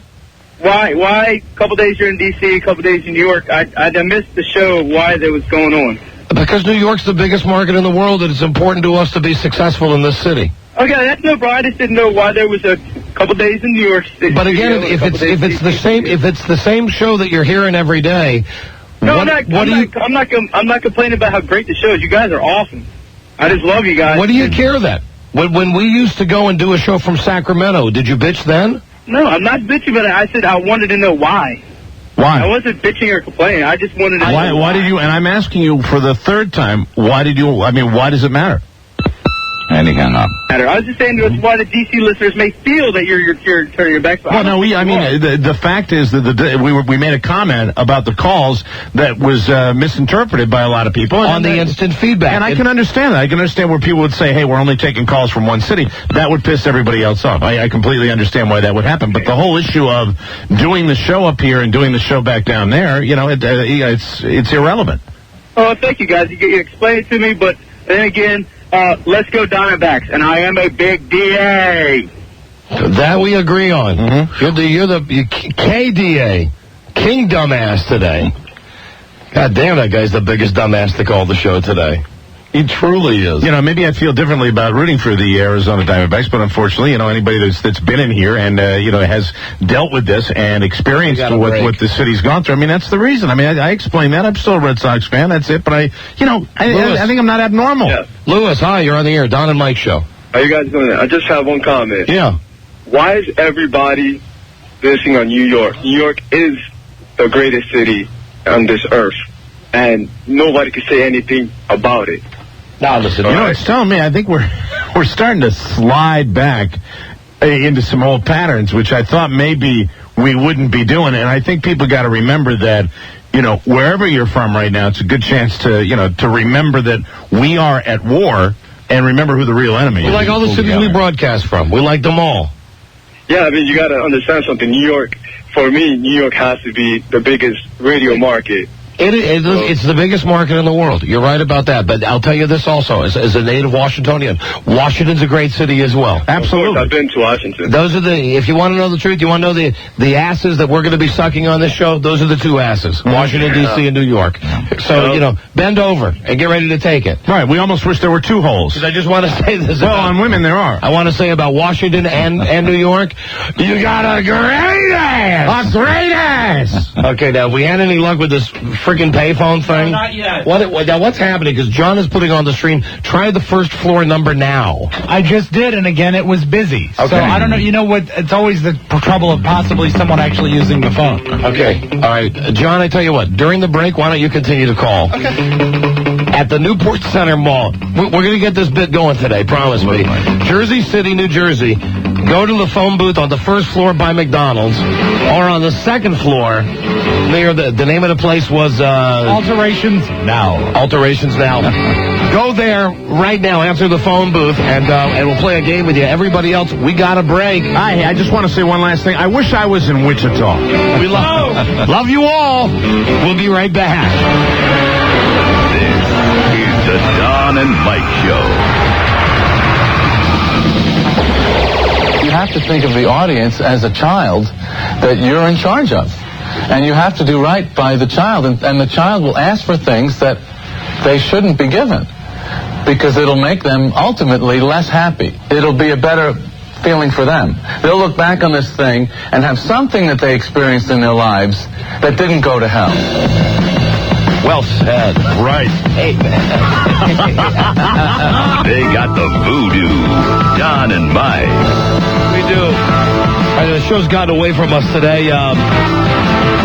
Tomorrow, when we're back in Washington, where we live, brand new low-budget Jeopardy for you. Also, the Pick the Pros of the Scab and Bleed with Leslie Visser. And the sign says, pretty good looking for an old broad. She's not that old. She's like 50-something. Oh, she's older than that. Also tomorrow, you're going to like this, At the Movies with Charlie Stossel and Tom Gavin. As I said before, I've looked forward to many things on this show, but this might be the tops. How are we doing for a mystery guest tomorrow, Lisa? How's that looking? Thumbs up or thumbs down? Thumbs medium.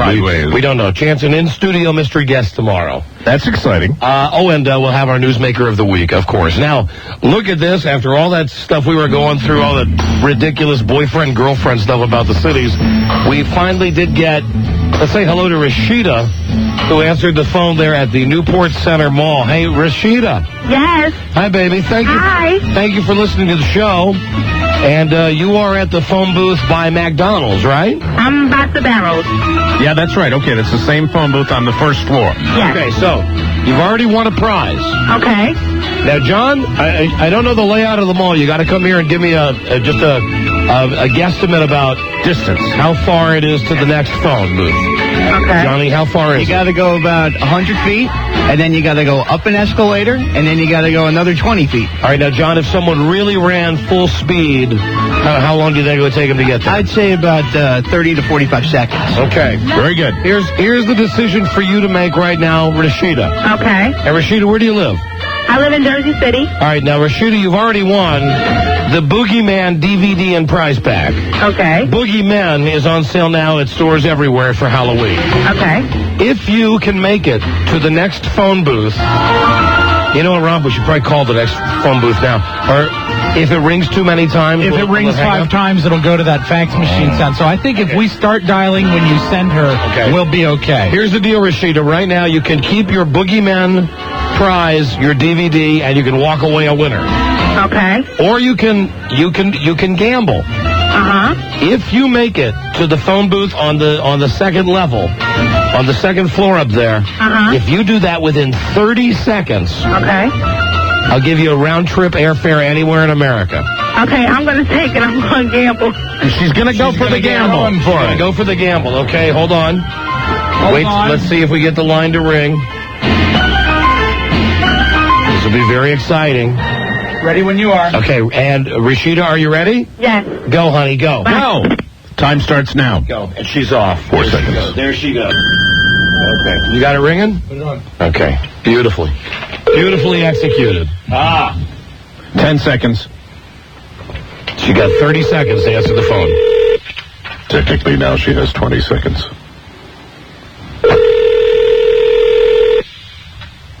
To go for the round-trip airfare. 10, 9, of which someone took 8, the price sheet out of here? 7. Oh, it should be right here. 6. That's a green. 5. Oh, no! Okay, redial, Rob. Redial, because she missed it. But I'll give her a chance to do it one more time. You know, her time expired right at about the same time that the phone went. So technically, crazy. we got to give her another shot. Busy now. Oh, it's busy now? She might have just no. missed it. Yeah, that's probably what happened. Now he gets on that high-pitched thing, and then it stays busy for a while. Right? Oh, man. That's what's been happening? You know, they've changed phone booths since we did this game like 10 years ago. Yeah, I used to not have a phone. I do all my work at the phone booth. A lot of phone booths won't even accept incoming calls. Right. We know that these do accept incoming calls. Have any left there, Rob? Hold it. There you got it? Ring? Busy. Oh, Busy. Maybe she's smart enough to go back to the first floor. No. Keep trying the second one. All right. Keep trying the second one. Yeah. Hello there, Don and Mike show. Hello? Are you there? Speak to us. All right, we had a guy who was at the mall. I'm not sure what happened to him. Let's go to Janice in Las Vegas. Janice, hi, Don and Mike show. Hi, how are you? Hi, honey, we're doing great. Well, I accidentally came across your show this morning, so X-rated how I came across it, but anyway, I'm enjoying it. Well, wait a minute. You say it's X-rated. Hold on, Janice, hold on. We got the phone booth ringing in New Jersey here. Oh, well, good luck. I hope she answers it. Which one is this, up on the second floor? This is the second floor. It's the one she should have been at. Well, what the hell is going on here? Just people. I'll run to the payphone. What was that, Janice? I'll run to the payphone. Janice, I want to hear how it's X-rated that you discovered the show. No, listen, that's the number that she was supposed to be at. So while we're screwing around with this, Janice, how did you find the show in an X-rated way? Well, maybe I should run to the phone booth and tell you. No. How did you discover our X-rated show in Las Vegas? Well, I'm blushing already. Okay, go ahead. I was in my office, and I received a phone call from a gentleman in Florida, and he talked me into having a, what would you call it, phone sex conversation? Yes. Really? Oh, yes. And back to a conversation a few minutes ago, be careful about saying the old broad at 50. I'm in my 50s, and I'm not an old broad. Was this just a random guy that called you from Florida, or is it a friend? No, we had talked on the computer before. Oh, computer love. So I wanted... You what? Are you there? Yeah, we're here. I wanted to muffle out the conversation, so I happened to reach over and turn the radio on. Right. And it's the first time I'd ever listened to it. And now it sounds like your friend from Florida might be calling you again. Yeah, it sounds like you have call waiting or something. I do have call waiting, but they can wait. So maybe another one of your suitors. So you had phone sex this morning? Well, yeah, I guess that's what you call it. It was the first time. For you. Congratulations. Way to go. The lovely Janice. You wound it up and let it go. What did you talk about with this guy from the computer? But I enjoyed your program more. Thank you. What did you talk about with the guy from the computer? Do I have to go into it?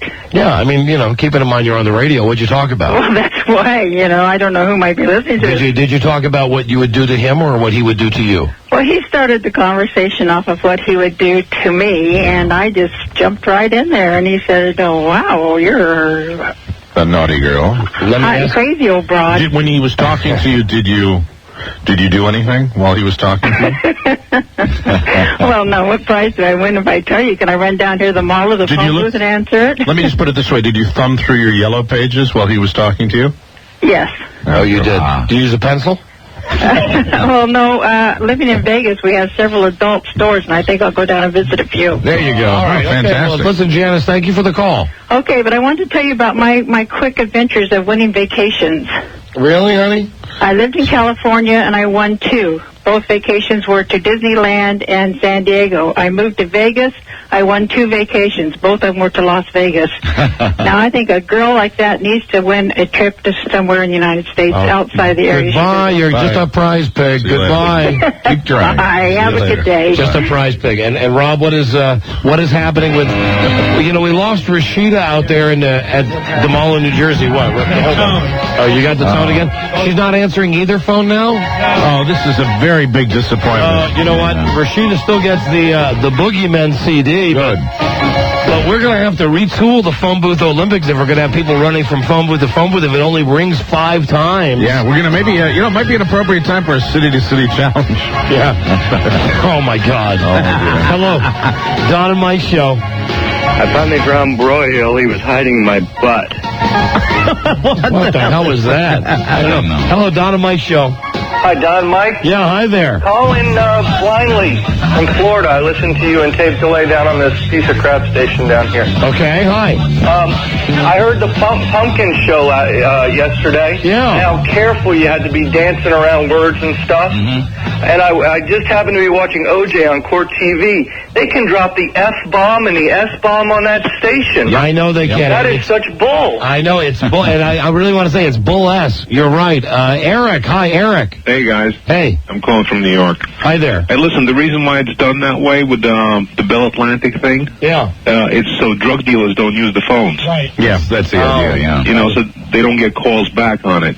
Gotcha. They use the lines for free. Well, screwing up our bit. Yep. Most dealers can't answer in 5 rings. Thank you, my friend. All right, well, screwed up the bit, and Rashida gets the Boogeymen thing. Oh, it's buzz time. Here we go. Yeah. Big buzz. In a world where owning a radio was strictly forbidden, one man found a way to bring good news to his people. Buzz. He made it up. And Buzz, what is your lead made-up story tonight? Today's headline is a question. What's more important, your rights or your safety? My rights. Okay. Safety. Thank you. You saved us a lot of time. That's amazing. I think we went totally opposite on that one. Stay tuned, everybody. Stay tuned for news and comment coming up on the Don and Mike Show. The Don and Mike Show. And that was, hold on, it says pick up 2. Oh. Is it Rashida? Hello, Don and Mike. Hello? Hello? Who's this? Yeah, this is Ken. Hi, Ken. Rashida works with me in the Newport Center. Okay. She ran up to the phone booth as quick as she could get up there. There was somebody on the phone. Oh. And then she's been there the whole time. You mean there's a public phone and someone was using it? I know, unbelievable. But it rang. Unbelievable. Yeah, but no, we heard it ring, though. You probably had it ring before she got there, but as she got there, somebody picked up the phone and started using it. Well, that was probably after we got the high-pitched whine. It probably was. Yeah, all right. Thank you for the update, though. No problem. Thank all you. Right, thanks. Bye-bye. Sorry about that, Rashida, and everybody else. Stay tuned for the news, and that was very... This is the Don and Mike Show. What's the word from Planet Crackpot? Testing! The Don and Mike Show. Oh, yeah, you can still call in, absolutely. You can call Don and Mike anytime, toll free at 1-877-365-3636. That's 1-877-365-3636. They're ready to believe you. That's the national number from New York. Call 877-692-1027. All you people got sticks up your asses. Just notice tomorrow on the show when we're back in WJFK land. Yes.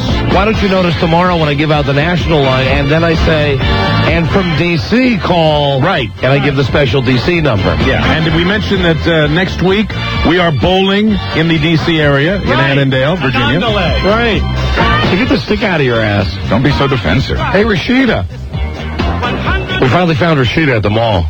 Rashida, baby? Yes, I'm here. Now, what happened? You went to the wrong phone booth? I went to the phone, and I saw people on the phone, so I went to the nearest phone because I knew it was going to be busy. Yeah, but I heard you went to the wrong phone booth. Right. I was standing over by Forever 21. I ran that way, and I saw people on the phone, so I ran to the nearest phone. Oh, honey, sorry about that. Well, you blew the whole thing. You've lost every prize you won. Mike, we'll still give her the Boogeymen DVD. Oh, that's nice of you, Can Don. I get a second chance? No, honey. You wouldn't do that if it was D.C. Stop that. Thank you, Rashida. Sorry about that, honey. All right. All right.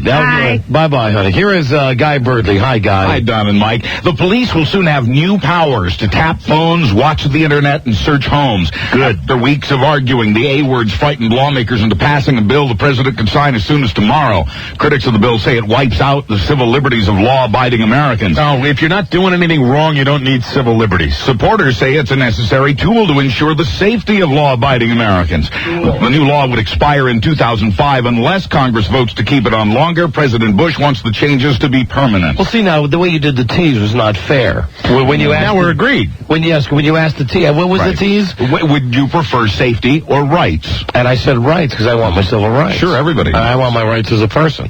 But I don't care if someone looks at my stupid email, to make sure that I'm not an anthrax guy. Yeah, and I think with some of the crap that's on the internet also, I think it's about time that people are observing some of that. You don't agree? No, I do agree. You do. When it comes to how to make bombs and stuff, absolutely. But also, with all the, the kids and, the kiddie porn and all that crap, that's a separate deal, but they're concentrating on that as well. And I hope it works. I hope they're able to get some of these sons of... Absolutely. But generally, I like my freedom. Yeah. I mean, I like my liberties. That's good. That's important. And I agree. So we've come full circle. I like liberty more than safety, though. I'd rather have a totally dangerous existence, but be able to be the freewheeling a-hole that I am. I probably would agree with you there also. If you're talking about in that broad a term, saying liberty or safety. Yeah. But when it comes to safety, I love liberty. But when it comes to chasing bad guys and hunting them down, give the power like you would have in a wartime situation. You can have both. You can have your chocolate and your peanut butter. The Pentagon says it's learned that the Taliban plans to poison some of the humanitarian food for starving Afghanis and then blame it on the U.S. Great guys. The Pentagon says it's also finding that the war against bin Laden is going more slowly than expected. Perhaps you saw USA Today's headline this morning with Defense Secretary Donald Rumsfeld saying we may never find Osama bin Laden. Hey, did you hear about the Pollock Rangers that went to Macy's? No. Yeah, they went to the third floor because they heard bed linen was there. Bada bing. I don't think I told that one right. No, you told it fine. Bed linen. They were looking for bed linen. Yes. But the Pollock Rangers. Defense Secretary Rumsfeld now backpedaling a little bit. He spent the morning answering questions, and he's now saying he thinks we will find Osama bin Laden, despite the headline you saw this morning. I like jokes. They were so stupid. I get jokes. I get jokes. That's it. I get jokes. I get jokes. Speaking of jokes, somebody sent Bill Clinton a couple of vials containing salmonella. The Secret Service is investigating the padded package that was sent to Clinton's New York City office. Officials say there's no connection to the anthrax scares. Salmonella is a common food poisoning bacteria that's almost never deadly. Investigators say they don't know what was in the vials originally. Whatever it was, it fermented, making it a breeding ground for salmonella. I just want to say I'm really upset about this. I'm in no apparent danger, but I have the squirts. Yeah. I have been speckling the bowl all day, dude. That used to be my radio name, too. Yes? Hey, salmonella with you. Hey, I read the paper. Someone sent 2 vials of the clap to President Clinton. Wow. I'm okay. I just have a speckled bowl right now. Looks like buckshot in there. Hey, I got this one. I want to send this one out right now to Mr. Salmonella. Send this to you, President Clinton. Thank you, Sal. I appreciate it. The package also contained a note, but officials won't say what the note says. Clinton never handled the package, and the people who have handled it probably won't get sick. President Clinton. Anthrax update in 40 seconds or less. Okay, my personal promise to you. Okay, ready, go. Were the letters carrying anthrax written by a foreigner or someone pretending to be a foreigner? The New York Post says the feds are now looking at anti-government hate groups, including one specific group on the West Coast. We now know that the anthrax sent to Senate Majority Leader Tom Daschle also contained a chemical that made the spores more deadly and gave a clue that may help trace the source. You pay $4 a pill for the 2-a-day Cipro tablets. The government pays $1.77. Now the government's convinced Bayer to cut that price in half. It did this by threatening to take away Bayer's patent on the drug. The government says 10,000 Americans are now taking anthrax-fighting antibiotics, so that'll add up. And the Postmaster General says you should wash your hands after handling the mail. Time! Good job, Buzzy. He's got 5 seconds. I had it at 57. No, he's got there. You right there. Put that in the bank for me for another day. All right, you got 5 seconds. Like Pat Sajak says, we'll put the rest on a gift certificate. There you go. Thank you. Nicely done. The people who own the merchandising rights for the New York Fire Department are threatening to take some rip-off artist to court. Since September 11th, clothing and souvenirs bearing the letters FDNY and even NYPD have been selling like crazy. But only an outfit called Fire Zone can legally sell those items. And the Fire Zone... Laughing at how many of those souvenirs I own now.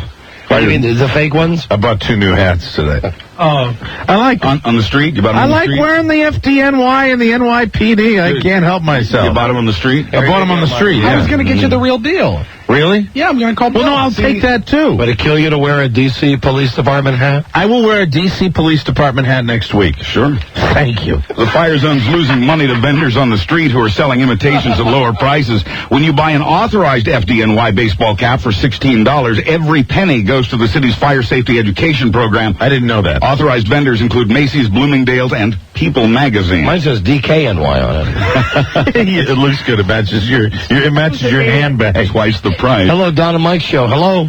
Hey, how you doing, guys? Hey, we're doing great, thanks. Hey, I'm a new caller, and even though that I don't understand half of the show, I don't speak English, but I'm trying to. Okay, thank you. Well, I love your show. Good job. Thank you very much. Even though thank you very much. Don't understand English, you're still listening and loving the show. That's thank great. you. And calling in. Hello, Don and Mike Show. Hey, guys. Hey.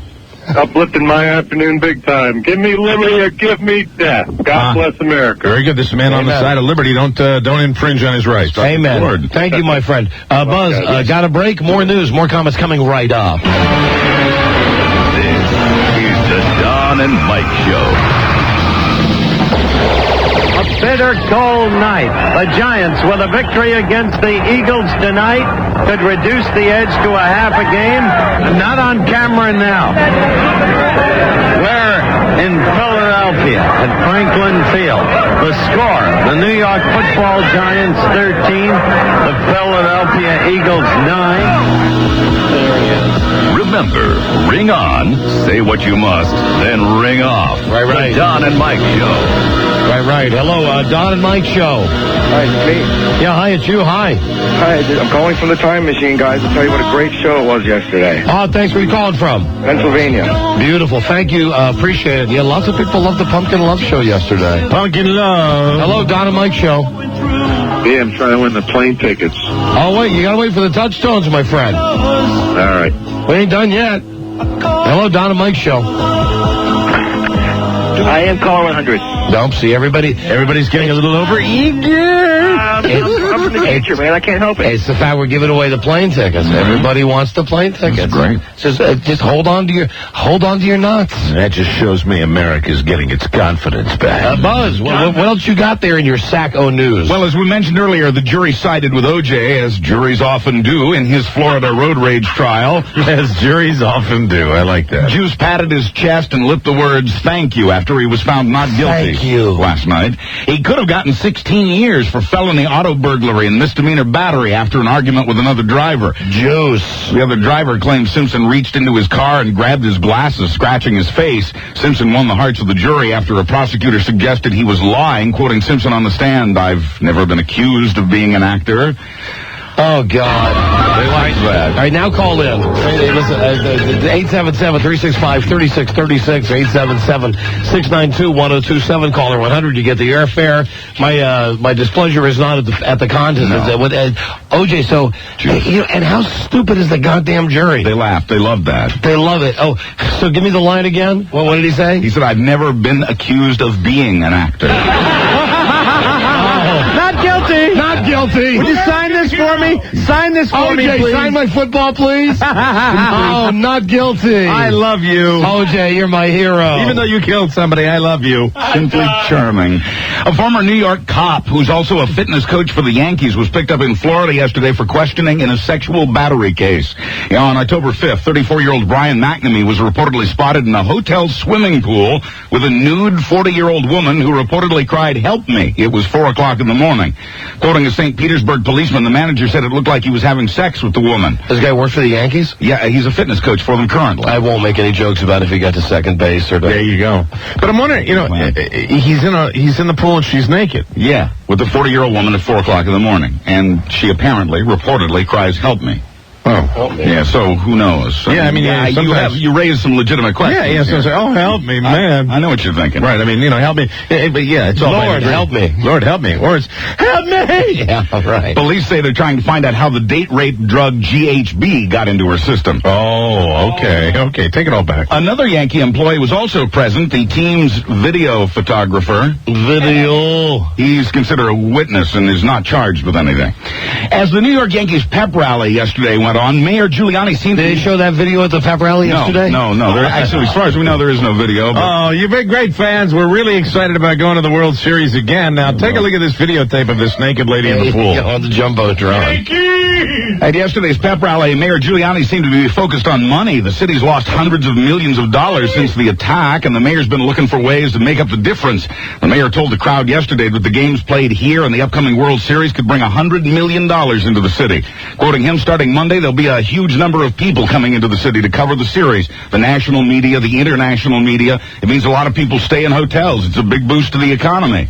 Other city officials are more conservative. They say the 3 games here would bring in closer to $54 million. By the way, the only Yankees to show at yesterday's pep rally were left fielder Chuck Knobloch and manager Joe Torre. And Joe Torre, you know what? People don't say this enough. I mean, Joe Torre has been handsome. He's good looking. Yeah. In that rugged kind of way. Nice. But he's been everywhere. He's done everything that they've asked him to do. He has. He's done it all. Some of the best notes. He's just a man. Flesh and bone. It's just people. I'm not complimenting anybody anymore. Just people. He's just people. His skin looks like it was on fire, put out with a track shoe. Just people. Some of the best-known corporate names in America are handing out pink slips as unemployment grows and the economy shrinks. Sears, Kodak, and Hershey say they'll lay off thousands of people. Not Hershey. Yes, even Friendly's ice cream is cutting jobs. Oh, Hershey. I heard they were going to close the highway. Also in bad business news, Viacom, which owns Paramount Pictures, MTV, CBS, and this show, says it's lost over $190 million this year compared to a profit of just over $33 million last year. Viacom stock has fallen 11 cents a share in that time. I think it's time for some of the employees to start sacrificing. Let me just say, Lisa, John, it's been nice working with both of you. Today's your last day on the show. Been nice working with you. All this a year after the company's CEO said his company would not take part in any recession, but who knew what September 11th would bring. And we wondered yesterday why the reruns of Leno and Letterman this week are such recent shows. Here's the answer. The Daily News reports that executives with all the late-night shows are being careful to select, for the most part, shows that were done since September 11th. The idea is to keep the shows more relevant, but also to avoid any remarks that were fine at the time, but would be distasteful now. Like what? Like Bush is an idiot? Yeah, well, maybe like that. The only exceptions are shows that are carefully screened for their content. Executives say this conservative caution will not last forever, and they say they realize eventually they'll have to air shows from before the attack on America. In sports, F-16 fighter jets will be at the ready when the Yankees play the Arizona Diamondbacks in this year's World Series. They may be the only planes in the airspace above. There will be no blimps or banner planes. There'll also be more cops on duty at those games than at any other sporting event in history.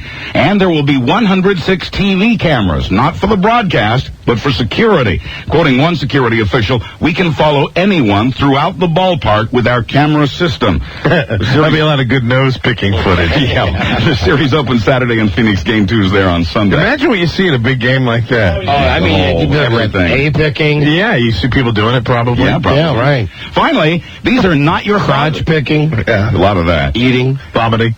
These are not your father's comic books.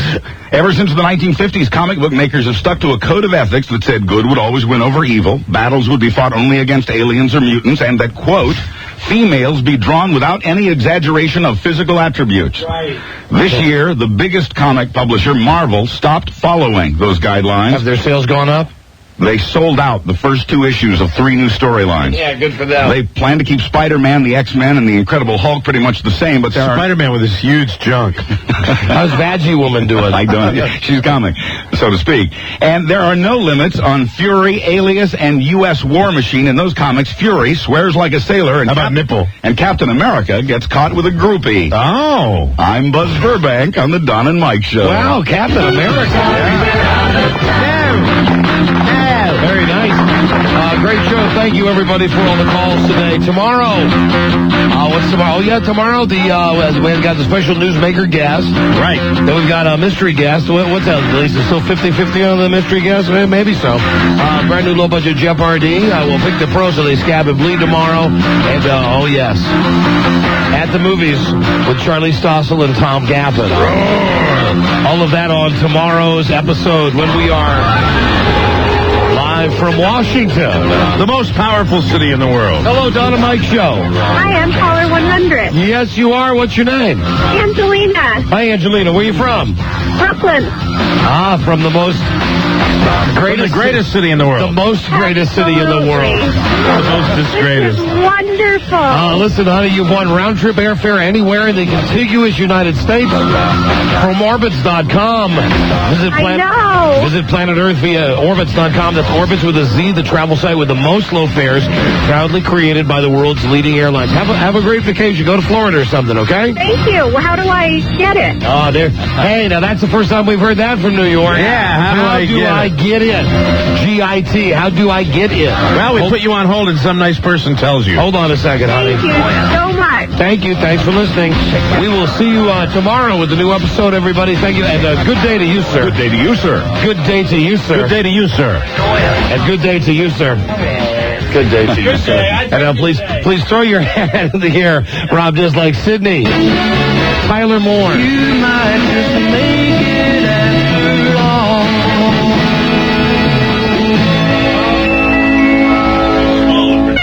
I'm just meow. Just people. See you tomorrow. Till we meet again. This is Sammy Davis Jr. saying, be kind, be nice, and I hope the next performer has the pleasure of having as nice an audience as you've been tonight. And let me leave you swinging. This is the Don and Mike Show.